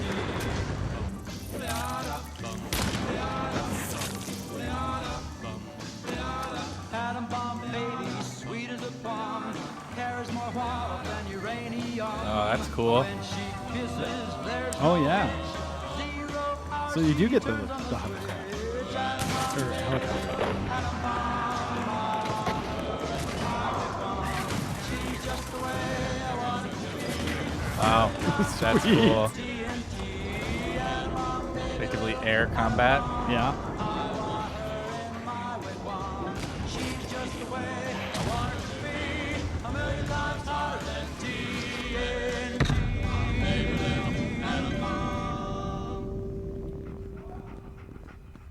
It's good to be back. Do we get a release date though?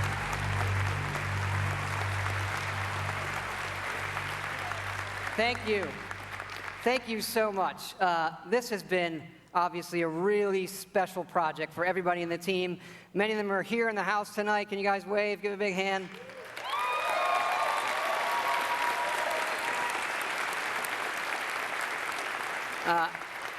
You know, our fans really are the greatest in the world. I know many of you are here tonight, and I want to let you know just how important it is to us, and we know we have a responsibility to do this game right, and your love and support of Fallout have pushed us to make this our best work.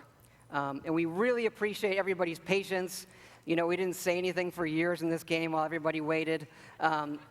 And we don't want you to wait too much longer. Nice. So we're happy to say Fallout 4 is coming out November 10th this year. Sweet. That's great Damn. news. Oh, man. That's like 5 months away. I know. That's not that long a wait.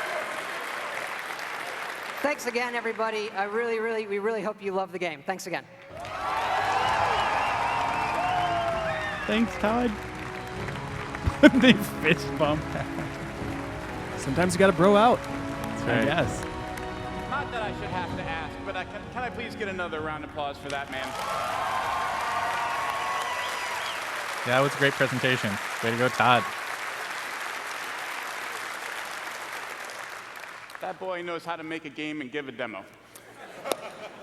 Just a reminder, you don't need to wait to get your Fallout fix till this fall. Fallout Shelter will be available right after the showcase is over. You can find a direct link to it on our blog. We'll also be putting it out over all of our social media channels, so we hope you'll take a moment to download it and give it a try. We think you guys will like it.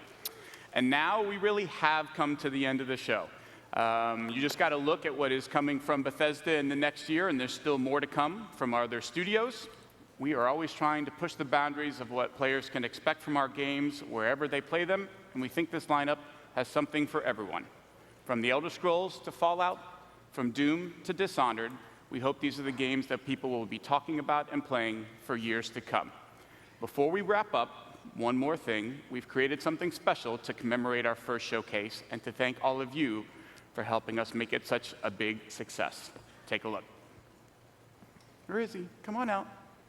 It's okay. You can bring your friends out. Come on, guys. There they are. What? So you can pick up your set of figures on the way out tonight.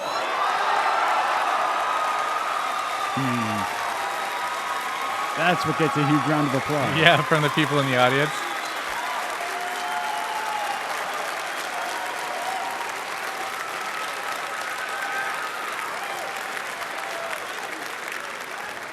I got to be honest, I feel like that's a mixed reaction. If you don't want it, it's fine. You can just leave it there. Now, for those of you at home on Twitch, do not despair. We did set aside some of these for you guys. We are going to be giving them away on the post show with Adam and Morgan, so stay tuned to find out how you can win one of these. Also on the post show, you'll get more details about everything you heard tonight, plus exclusive conversations and interviews with Marty, Todd, Rolf, and Harvey, so stay tuned. Okay, that's it, folks. We hope you enjoyed our first ever E3 showcase. Thank you so much. Have a good night. And thanks to everybody who's been watching here with us here at Game Informer. We're also going to have our own little post-show discussion about these games, which we'll be back with here in just a few seconds as they close out the Bethesda show. We're going to cut to some more conversations between Joe and I about what we just saw.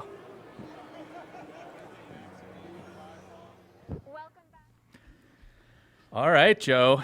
We just watched the Bethesda E3 showcase, their first, I would bet, first annual. Yeah, It's very possible with a show like that they're going to get a strong reaction enough that they could do that again next year if they needed to. You think so? But they won't have Fallout 4 next year. That's true. And it's hard to know how they would ever line up such a big show as that all coming together in 1 year. Yeah, that was to really justify something doing else. a big event like that. But that said, this was a big deal. I mean, they hadn't done this before, and it's hard to poke too many holes in that. Yeah, I mean, especially since they knew where they were the strongest. Yeah. You know, like, as we were talking about in this sort of pre-show discussion, that you know, that Battle Cry game, there's looks like that could be fun, and there's something to see there, but they didn't go in depth and do a big 20-minute demo on it. Yeah, I had some concerns about what I was seeing there in that Battle Cry game. I think it was maybe the only thing that didn't totally blow me away. Almost everything else on Showcase tonight, I think, had a really solid showing. Yeah, I mean, I guess we can kind of go in order too, because like the seeing Doom 4 for the first time, not Doom 4 for one, Doom, just Doom now, right? But sort of getting our first like extended look at what that's going to be is, I mean, pretty impressive, I think. Yeah, I thought one of the smart things they did was showcase not only the different components of the game, that you've got the single player, multiplayer, and this new sort of like fan creation experience, but you also had a chance to see single player both in a kind of more traditional Doom experience, that sort of corridor-driven linear adventure thing where, you know, demons are charging at you, you shoot them. But then you had some a little bit of seeing more traditional or more modern day style first-person shooting campaign stuff, right? You had that open arena battle, which I thought was really good for showing that they can do both of those things, and hopefully that pans out across the actual campaign experience. Yeah, and I think I as far as the creation element goes too. I mean, as we were talking about briefly during the stream, I think that you know, there are so many games that make so many lofty promises in terms of like, this is going to be so accessible but also so deep, and all of that. I mean, like, it looks easy enough to like put together some levels and things like that, but I wonder how complicated some of that logic's going to be and how usable. I agree. I mean, there have been many promises over, I mean, you and I have both seen years and years of promises of games that are going to make it so easy to hop in and make your own creations. And although there have been great modding tools that have come out over the years that people have taken great advantage of, I've yet to see the experience that truly is that totally simple, anybody can do it and do something great kind of creation tools. Yeah. And so it'll be interesting to see how that plays out. But it is cool that it is on consoles. Yep. And I think too, I think you've got a fair number of fans who played Doom back in the day, but maybe aren't. Maybe they're not playing on PC or have transitioned to consoles or whatever. I mean, I guess what I mean is that I think Doom has a pretty interested community when it comes to that sort of thing. Right. I think one of the other things about Doom that set a tone for the rest of the conference, and maybe one of the only things that you could call Bethesda out for this first showcase, and I can't blame them for doing this, but there was not a lot of like live gameplay on show. That's true. Almost everything that we saw tonight was pre-scripted in the extreme, and well rehearsed. And to their credit, there were no real big flubs. I mean, there's lots of E3 press conferences over the years that have run into weird moments where things just drag on in weird ways, or videos don't start, or people play through a section of a game and it freezes up halfway through. Yeah. And they avoided the chance of that without really having anything like that on stage. But it also means that it leaves things a little bit more open for people to wonder, is this really what the game is like? Is Doom really play that way? Or has this been kind of a tweaked experience to make it feel that exciting and that cool? That's true. And I share that sort of reservation. However, I'd say that, I mean, like, Nintendo just goes full full pre-made with their presentation. Yep. So, and I don't think anyone is ever like, I wonder if Mario Maker's going to really look like that, right, or whatever, you right. know. Well, and I think one of the other things is to see, what do we learn here in the coming week, right? What can we find out about those games? What are the impressions going to be once people actually get their hands on some of these titles and play some of it? Yeah. Because I mean, I guess, did they say for sure, is Doom going to be on the show floor? I think didn't they talk about being able to play multiplayer? I thought they did. Oh yeah. I mean, if nothing else, we know that Bethesda has sort of a schedule of interviews and demonstrations and stuff set up at their booth too. So, well, regardless, as a coming out party for Doom, I think we got to give that a thumbs up. Yeah. I mean, that was a really solid presentation. They hit all the marks. Every part of that game looked like what fans would want from it. It looks good. It's got ridiculous weapons. The action is fast. There are tons of demons. You go to hell. Yeah, you go to hell. I mean, I don't know what else you want from Doom. It might not be a favorite game for every PTA out there, but we'll see. There's a lot of pretty brutal violence going on in that game. Yeah. But that's what Doom should be, right? I think so, especially with the chainsaw. I mean, the chainsaw was cool. That's just what's going to happen. Yeah. But of course, this was really a coming out party for Bethesda.net. Yeah, well, the Bethesda.net thing, I think, is interesting. I mean, Battle.net from Blizzard has been a huge success, and they've certainly had years and years to kind of build on that experience and make it what it is today. It's not terribly surprising to me to be seeing that Bethesda, with a lineup as strong as they have this year, trying to kind of break into that experience of having a more direct line with their community.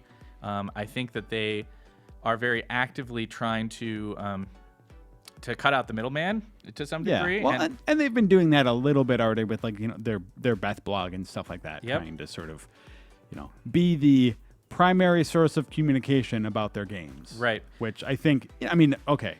So obviously it doesn't benefit us as Game Informer if Bethesda is talking to people directly and not going through any press at all. But I think the interesting thing to think about for that is the fact that then there's no sort of interpretation. Yeah. I mean, it's a new frontier that we've discussed a good bit here in the office, and our editor-in-chief Andy McNamara was writing about in his letter from the editor this past month about there's nothing wrong with companies choosing how they're going to communicate their information, and if they want to do that more directly with their fans, that's great for the fan community, and I think we're all about that.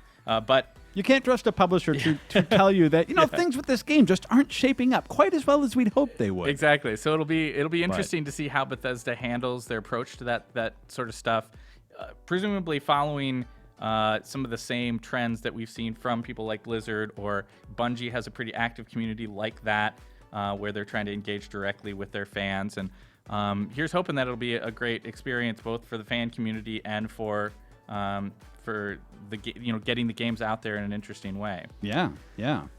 Well, we also saw, as we talked about right at the beginning, we saw some Battle Cry. Yeah.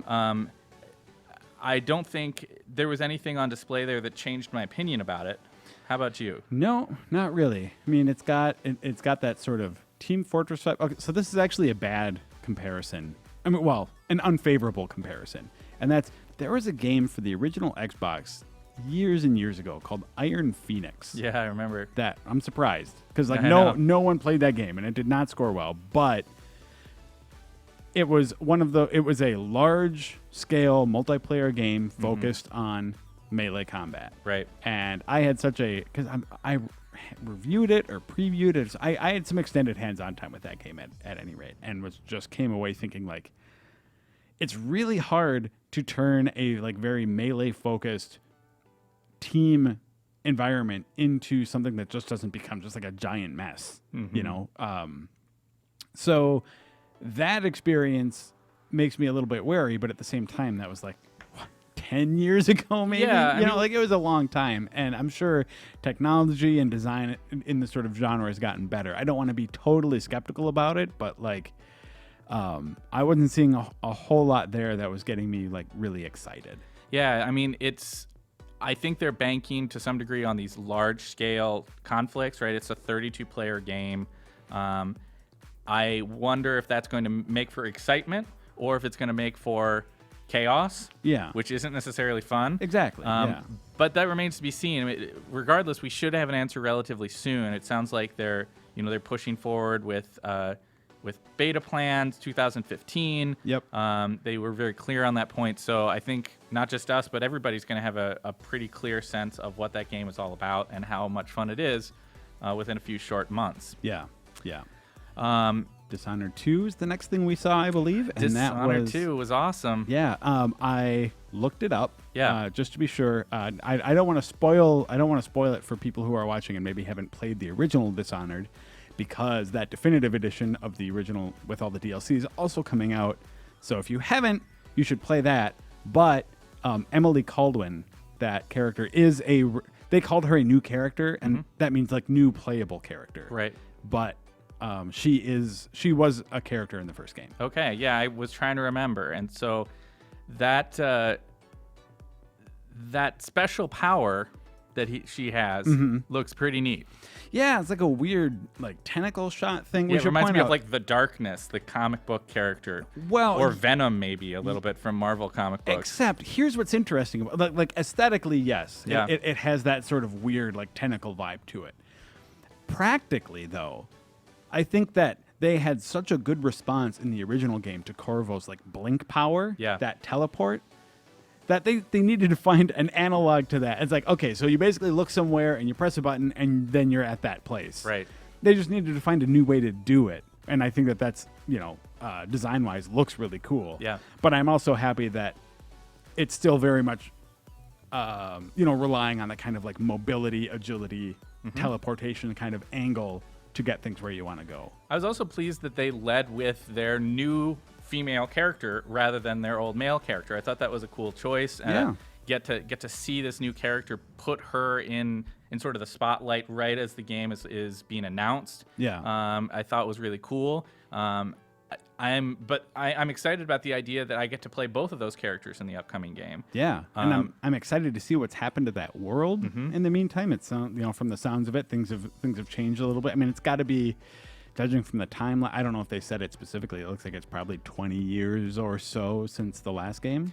Yeah, I don't know. I think that we talked before the show a little bit about how this is a really expansive world that Arcane had crafted well before they ever released Dishonored 1. Yeah. Not a lot of people maybe know the breadth and the depth of what's going on there, but having talked with those co-creative directors, with Raph and with Harvey directly about it, they did not create Dishonored at the beginning as just this sort of one-off experience. It was always the plan to more fully explore this world, and we're seeing the first steps now of them broadening that out from what they started with Corvo and now starting to do some other areas of the world. They said they're going to a new city, this sort of like coastal city that they're going to explore. Yeah. And the deity wasn't the stranger, it was the outsider. Outsider, That's okay. what it was. Got it. So like to see another sort of facet of the outsider's favor, however you want to consider it, and how that spans out is going to be cool too.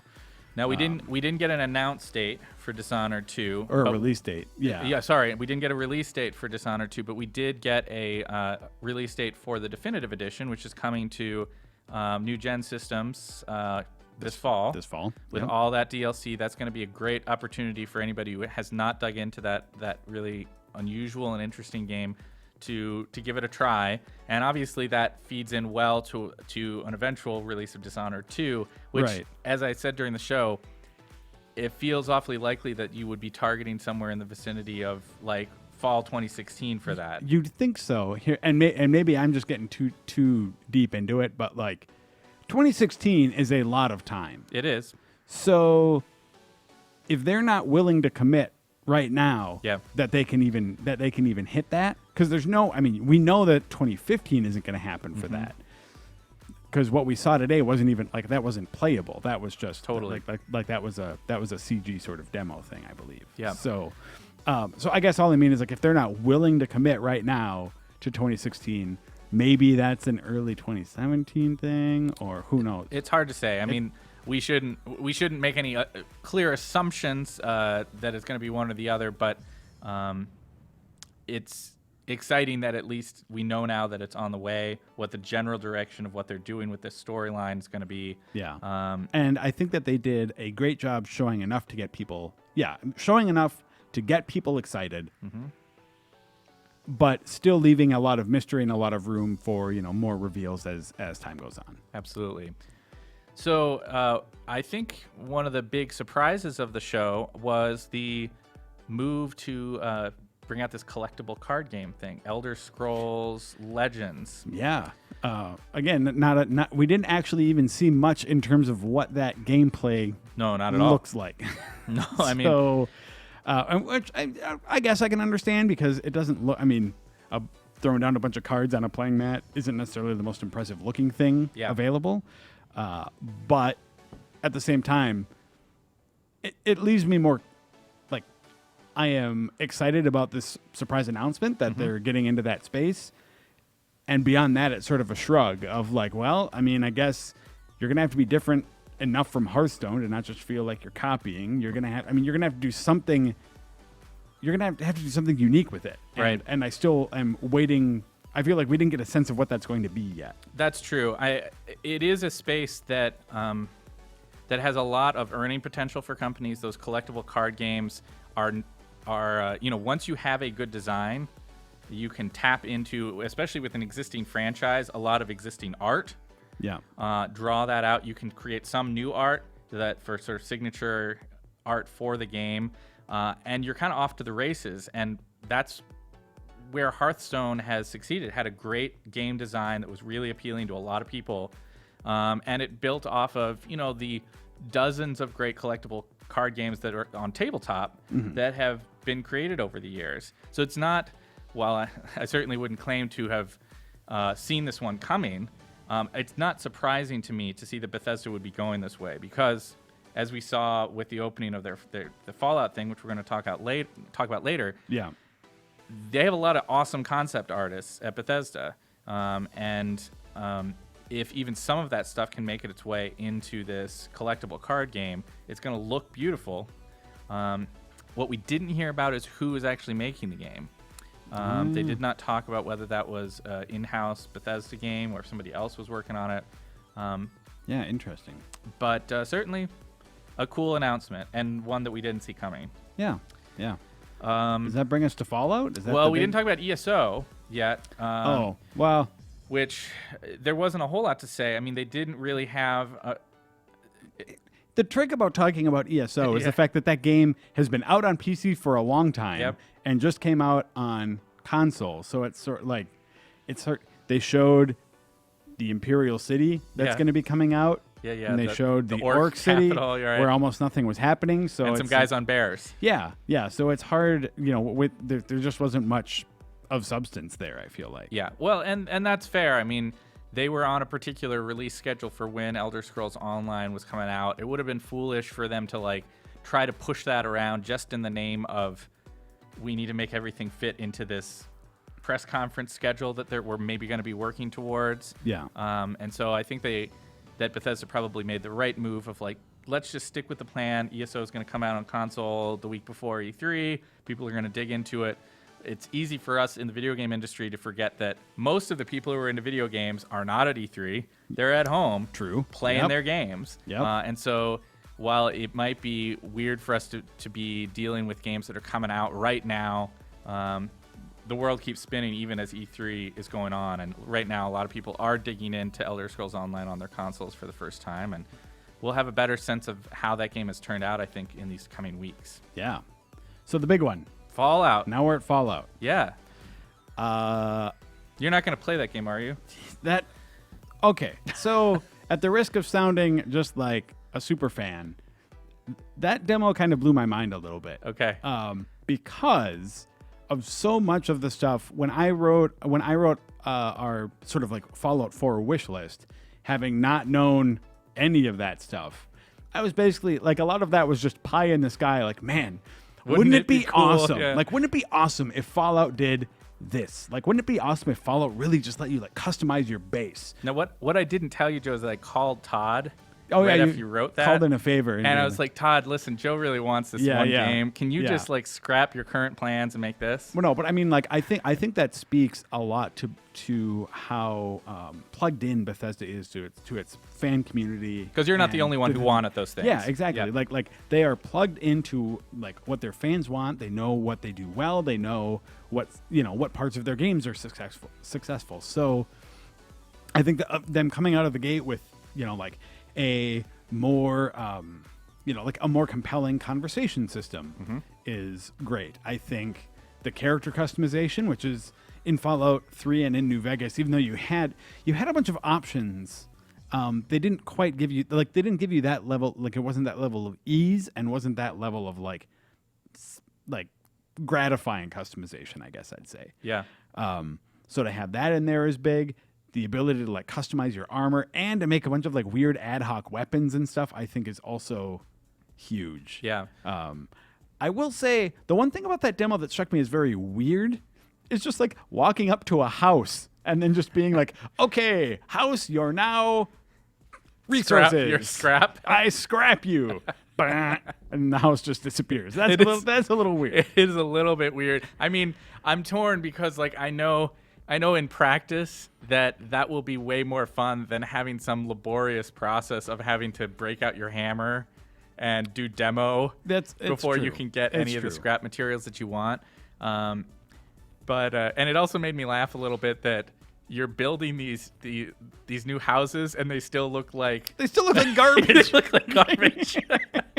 Yeah, you still have just this like old ratty mattress that's laying on the floor. It's like, my meticulously designed garbage shanty. Exactly. I mean, if you have the access to all these materials, why don't you actually make a better like wall that you can't see through? Yeah. But that's okay. It makes sense because that's what it would not look like it was in the Fallout world if that was the case. Yeah. Another thing that we saw out of Fallout was the sort of debunking of the rumor that you would only be able to play a male. Right. So male and female. That's great. Totally voiced character. So we saw that come through. I'm trying to think of what else. Well, some of the other things they showed off, the Pip-Boy stuff, there was a good bit of detail about. They are adding a lot more detail to just the user interface and making it more kind of part of the game world. That's something that they did with Fallout 3 to some degree. I mean, you did sort of lift up your arm and it zoomed in, but I think that they're much more focused on that experience of like you can see your character's hand turning the dial that's changing things on the menu system and all that kind of stuff. Yeah. You have these holotapes that you're putting into your Pip-Boy. Those do various things, including playing these little arcade games that are like Donkey Kong or arcade shooters and things like that. I thought that was pretty cute. And they have this now second screen experience that's a new thing for them, that you're basically, whether you get this collector's edition or not, you can use your phone or your tablet as your Pip-Boy. Yeah. Yeah. Which, of course, the collector's edition, which was the cool thing, was it's your own Pip-Boy that you just sort of like slide your phone into, and then you're like, do it like straight up on your wrist. Okay, so I love this idea. I think it's really awesome at first. Yeah. Like, I love thinking about the idea that I'm going to sit on my couch and be wearing a Pip-Boy as you're playing for about 5 minutes. And then I think about, like, there's this big clunky plastic thing on my arm. Yeah. Or I think about my dog coming over and like jumping over me and stomping. Or on my it, wife calls my phone while it's in my Pip-Boy, and I'm trying to hold it up to my ear to talk to her, and she's all confused what's happening. Yeah. There's any number of factors that might make this not as cool in practice as it is in thought. Yeah. But it's still cool in thought. It is very cool. I like the idea of, at the very least, of being able to have all of those functions on my phone that I can put beside me, even if I don't have the fancy collector's edition Pip-Boy, and I can make adjustments. I'm presuming that they're going to build at least some of the things that you'd want to have there, things like inventory management, weapon equipping, all that kind of good stuff would be there. Yeah. And that you'd be able to do that without exiting the game world. Yeah, I mean, it seemed like Todd was saying that it was pretty much the functions of the Pip-Boy just on your phone. So yeah, it'd be interesting to see how that works, especially since you I wonder if that would mean that you can't pause then also. Yeah, I don't know. But whatever. Rad Scorpions aren't going to wait for you to dink with your Pip-Boys. They're not.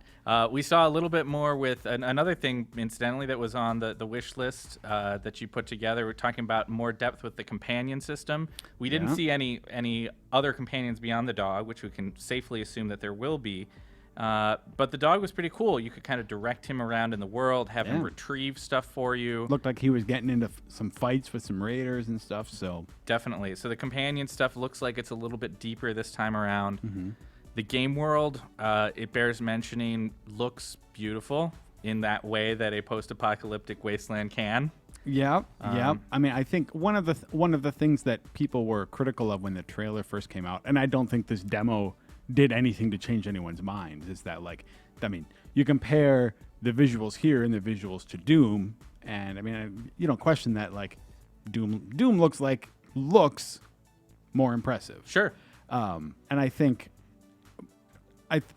that the thing to keep in mind for something like that is just when you're dealing with a world that's as expansive as the ones that Fallout deals with, and like Todd said, just all these ambitious other features in there, that if it doesn't look as pretty as some of the other games out there, I think that's fine, because I think it still looks good. It still looks good by itself. Yeah. When you compare it, maybe it doesn't hold up, but like it doesn't need to look good in comparison. It needs to look good by itself. And it's a different type of game, right? Yeah. It's an action role-playing game. It's a much larger world, almost certainly, than what Doom is going to be, in terms of raw space. And so, you know, at the very least, going through this post-apocalyptic version of Boston, I think, will be really neat. Yeah, it's a great city choice, I think. It's a cool city to get to see from that angle, and it plays into ongoing themes that they've always had about exploring sort of the American experience and freedom and liberty, and what, you know, some of those things can lead to. And Boston's a great city for that kind of stuff. Also, I mean, Boston is interesting because there's a lot of like American history in that city. Exactly. Similar, I mean, I guess like DC was. Yeah, we had some of that in DC also. Mm-hmm. But yeah, I think that there's going to be some interesting stuff like that in there too. And I liked, you know, it's something I wanted to ask you about that we had discussed a little bit just when they first showed the trailer last week. Yeah. Was the idea of I was excited in that trailer that we were getting to see some stuff before the war. Right. Yeah. And I think, I don't want to put words in your mouth, but you said that you had some concerns about like how much that could ruin the mystery of what had happened in the war. I mean, what did you think of what they were showing in that pre-war stuff? I like what they showed. So just as a little bit of background, part of what we're talking about here is the fact that like there's always an implication of the world that came before in Fallout games, but never like you so rarely see you rarely see that world in action, and sometimes it can be more effective to sort of like imagine what it was to fill in the gaps from the sort of minimal pieces that you're given of it versus sort of just having it explicitly laid out for you. Yeah. I think what we saw there it worked for me because it just gives you, like, I think it gives you enough of a glimpse into what the world is to be a sort of like cool novelty at the beginning of the game. I'd be a little more wary, as I was at first when the trailer came out, when it kept doing a lot of like switching back and forth between like new world and old world. I was concerned that there may be a sort of like parallel story, like you're playing through the old and the new world at the same time. Which, to be fair, we don't totally we know don't if that's know true that or that's not the case. Yeah. But like I would still have some concerns about that personally, and maybe it would turn out to be totally great.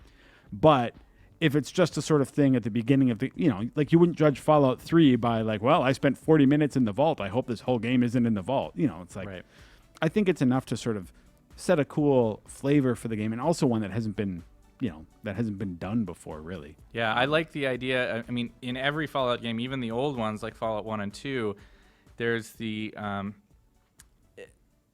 idea of these characters who have basically come up through the vault. Yeah. Right? This is a character that obviously there's something else going on in the technology of Vault 111. Yeah. That we have a character who enters in pre-apocalypse and then exits post-apocalypse, and that's our main character. And it gives a little bit of a different flavor to who you are, right? If there's this guy, I mean, there's this kind of a tragedy, a deeper tragedy to the idea of this character who remembers what things were like before and lived in and around Boston. Right. The important distinction, I think, to point out is like in Fallout 3, your character was born in the vault. Grew up in the vault, right? And so didn't really know any better. And so there was this sense of you emerge into this world that is in some cases sort of wondrous just because it's not this enclosed vault that you've been in forever. Whereas here, what little we saw of the story implied that your character is somehow in like cryogenic sleep or something like that happens. Yeah. And he comes out and he has no idea what has happened. He just knows that the bomb went off. And when he comes back out, he can't imagine that it's been this long, but it's been 200 years. And that sets up an interesting sort of dynamic for who that character is and where that could take us as a storyline. Yeah, and I think their approach to who you are as a character is an interesting middle ground between some of the stuff we talked about before, which is like, I think it's an interesting middle ground between the cipher that you just sort of that is you project yourself onto that character with and no voice no real identity, and maybe a character like Commander Shepard from the BioWare from the Mass Effect games that has a much clearer sort of this is what this character is and isn't. So there's some boundaries that you get to work within, but at the same time, I think you also have the freedom to make that character who you want it to be.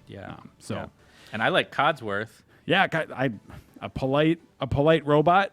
So your butler robot? Yeah, polite butler robot. I am all about that. Yeah.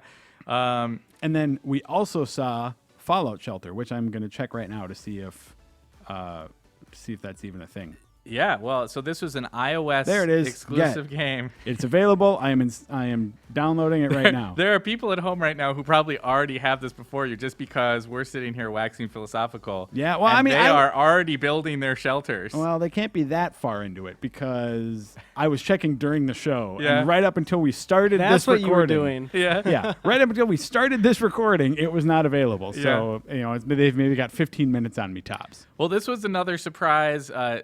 The second of two sort of mobile projects, three if you count the Fallout app, the Pip-Boy app thing that's on the way. That's indicating Bethesda sort of moving more intimately into the mobile space. Yep. With Fallout Shelter, it's specifically iOS. It's not available on Android or Windows Phone for that matter. Yep. And it looked pretty neat. I love that art style. Yeah. I expect that we'll have some write-ups on that on our site later this week. Yeah, I mean, it's available now. I'm sure we're going to be playing it and talking about it. But yeah, I mean, it's just the idea. Like they said, you see some influence from games like XCOM, from The Sims, from things like that. And I'm really looking forward to seeing how everything all there works together. It seems like it's deeper than your typical like sort of phone simulation. Todd Howard did imply, and I guess we'll have to wait and see once we download the thing. Did sort of imply that it was a game that his studio at least brainstormed. Whether they actually did all the work of putting the game together, remains to be seen.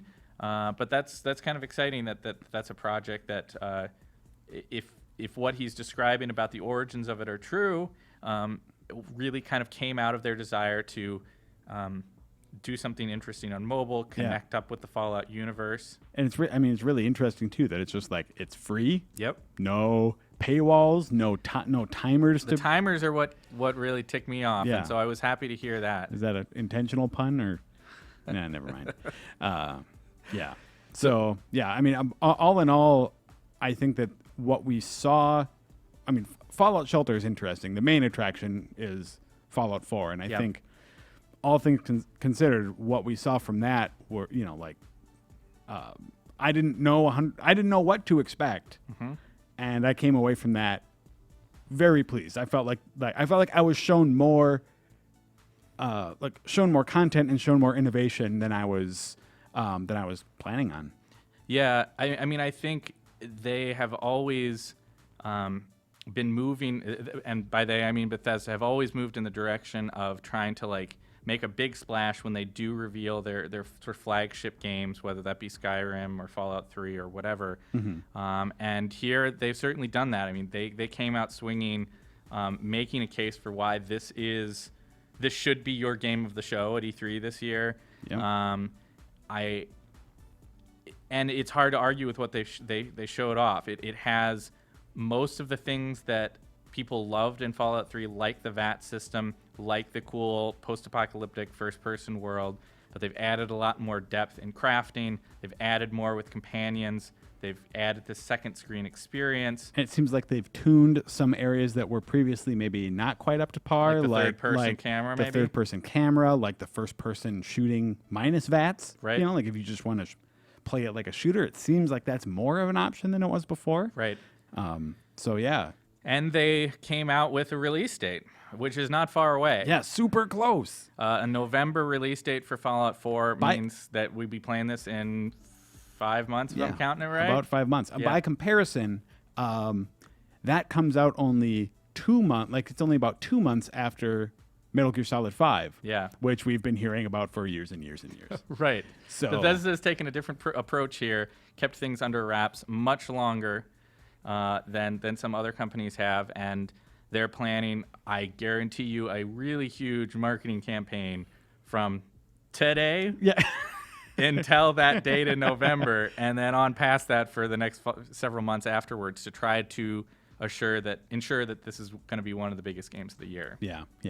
But I feel like they just did a great job. Fallout was just knocked it out of the park, and they had solid showings for their other stuff. Agreed. Todd Howard in particular, I wanted to call out. I thought did a really solid presentation. I loved that he opened his conversation about Fallout 4 with a little bit of a call out. They're effectively opening E3 this year, right? Yeah. There was some Nintendo stuff that went on this morning, some early leaks yesterday. But this evening was really the first big event of the show. And I thought it was really cool that Todd came out on stage and he talked, before we even got into talking about the games, we heard from him about his love of games, why we're all into this hobby, why this week is so exciting for people who love video games, and how it's changing, and how it's, calling back to the early 90s and how video games were showcased back then. Yeah. Compared to now, this huge E3 event that goes on, that we've got millions of people, watching from home online and getting involved in. I thought that was great, and I thought his subsequent showing of Fallout was really solid and exciting and fun. Yeah. I bring it up because we've both seen some E3 press conferences where the people on stage just feel like they're reading off a script, and there's no enthusiasm, there's no excitement, and it was Yeah. great to see Yeah. somebody out there that was excited about what was happening. You definitely get enthusiasm from Todd Howard, and like he said, it's an exciting week, and it's early, but I am excited about what I saw, and I'm excited about what's coming up in the next few days. And of course, for everyone out there watching us right now, you can tune in tomorrow and Tuesday also as we sort of watch the other press conferences and chat. It won't always be Miller and I; it'll be some other staff members. But just thanks for tuning in. Yeah, I think that there will be other press conferences that maybe have more games, but right now, Bethesda has one to beat. Yeah, that was again, they're the first show. They are the first, but they set a pretty high bar. They set a high bar, and it'll be really interesting to see how the main console holder the publishers do their press conferences with Microsoft, Sony, Nintendo stuff coming through. PC and has their own little press conference that they're doing this year to showcase what's going on in that world, and we'll be covering all of that in these next couple of days, which should be pretty exciting. Yeah. So we will see you then. Yeah, and thanks so much for watching. We will talk to you soon. Bye.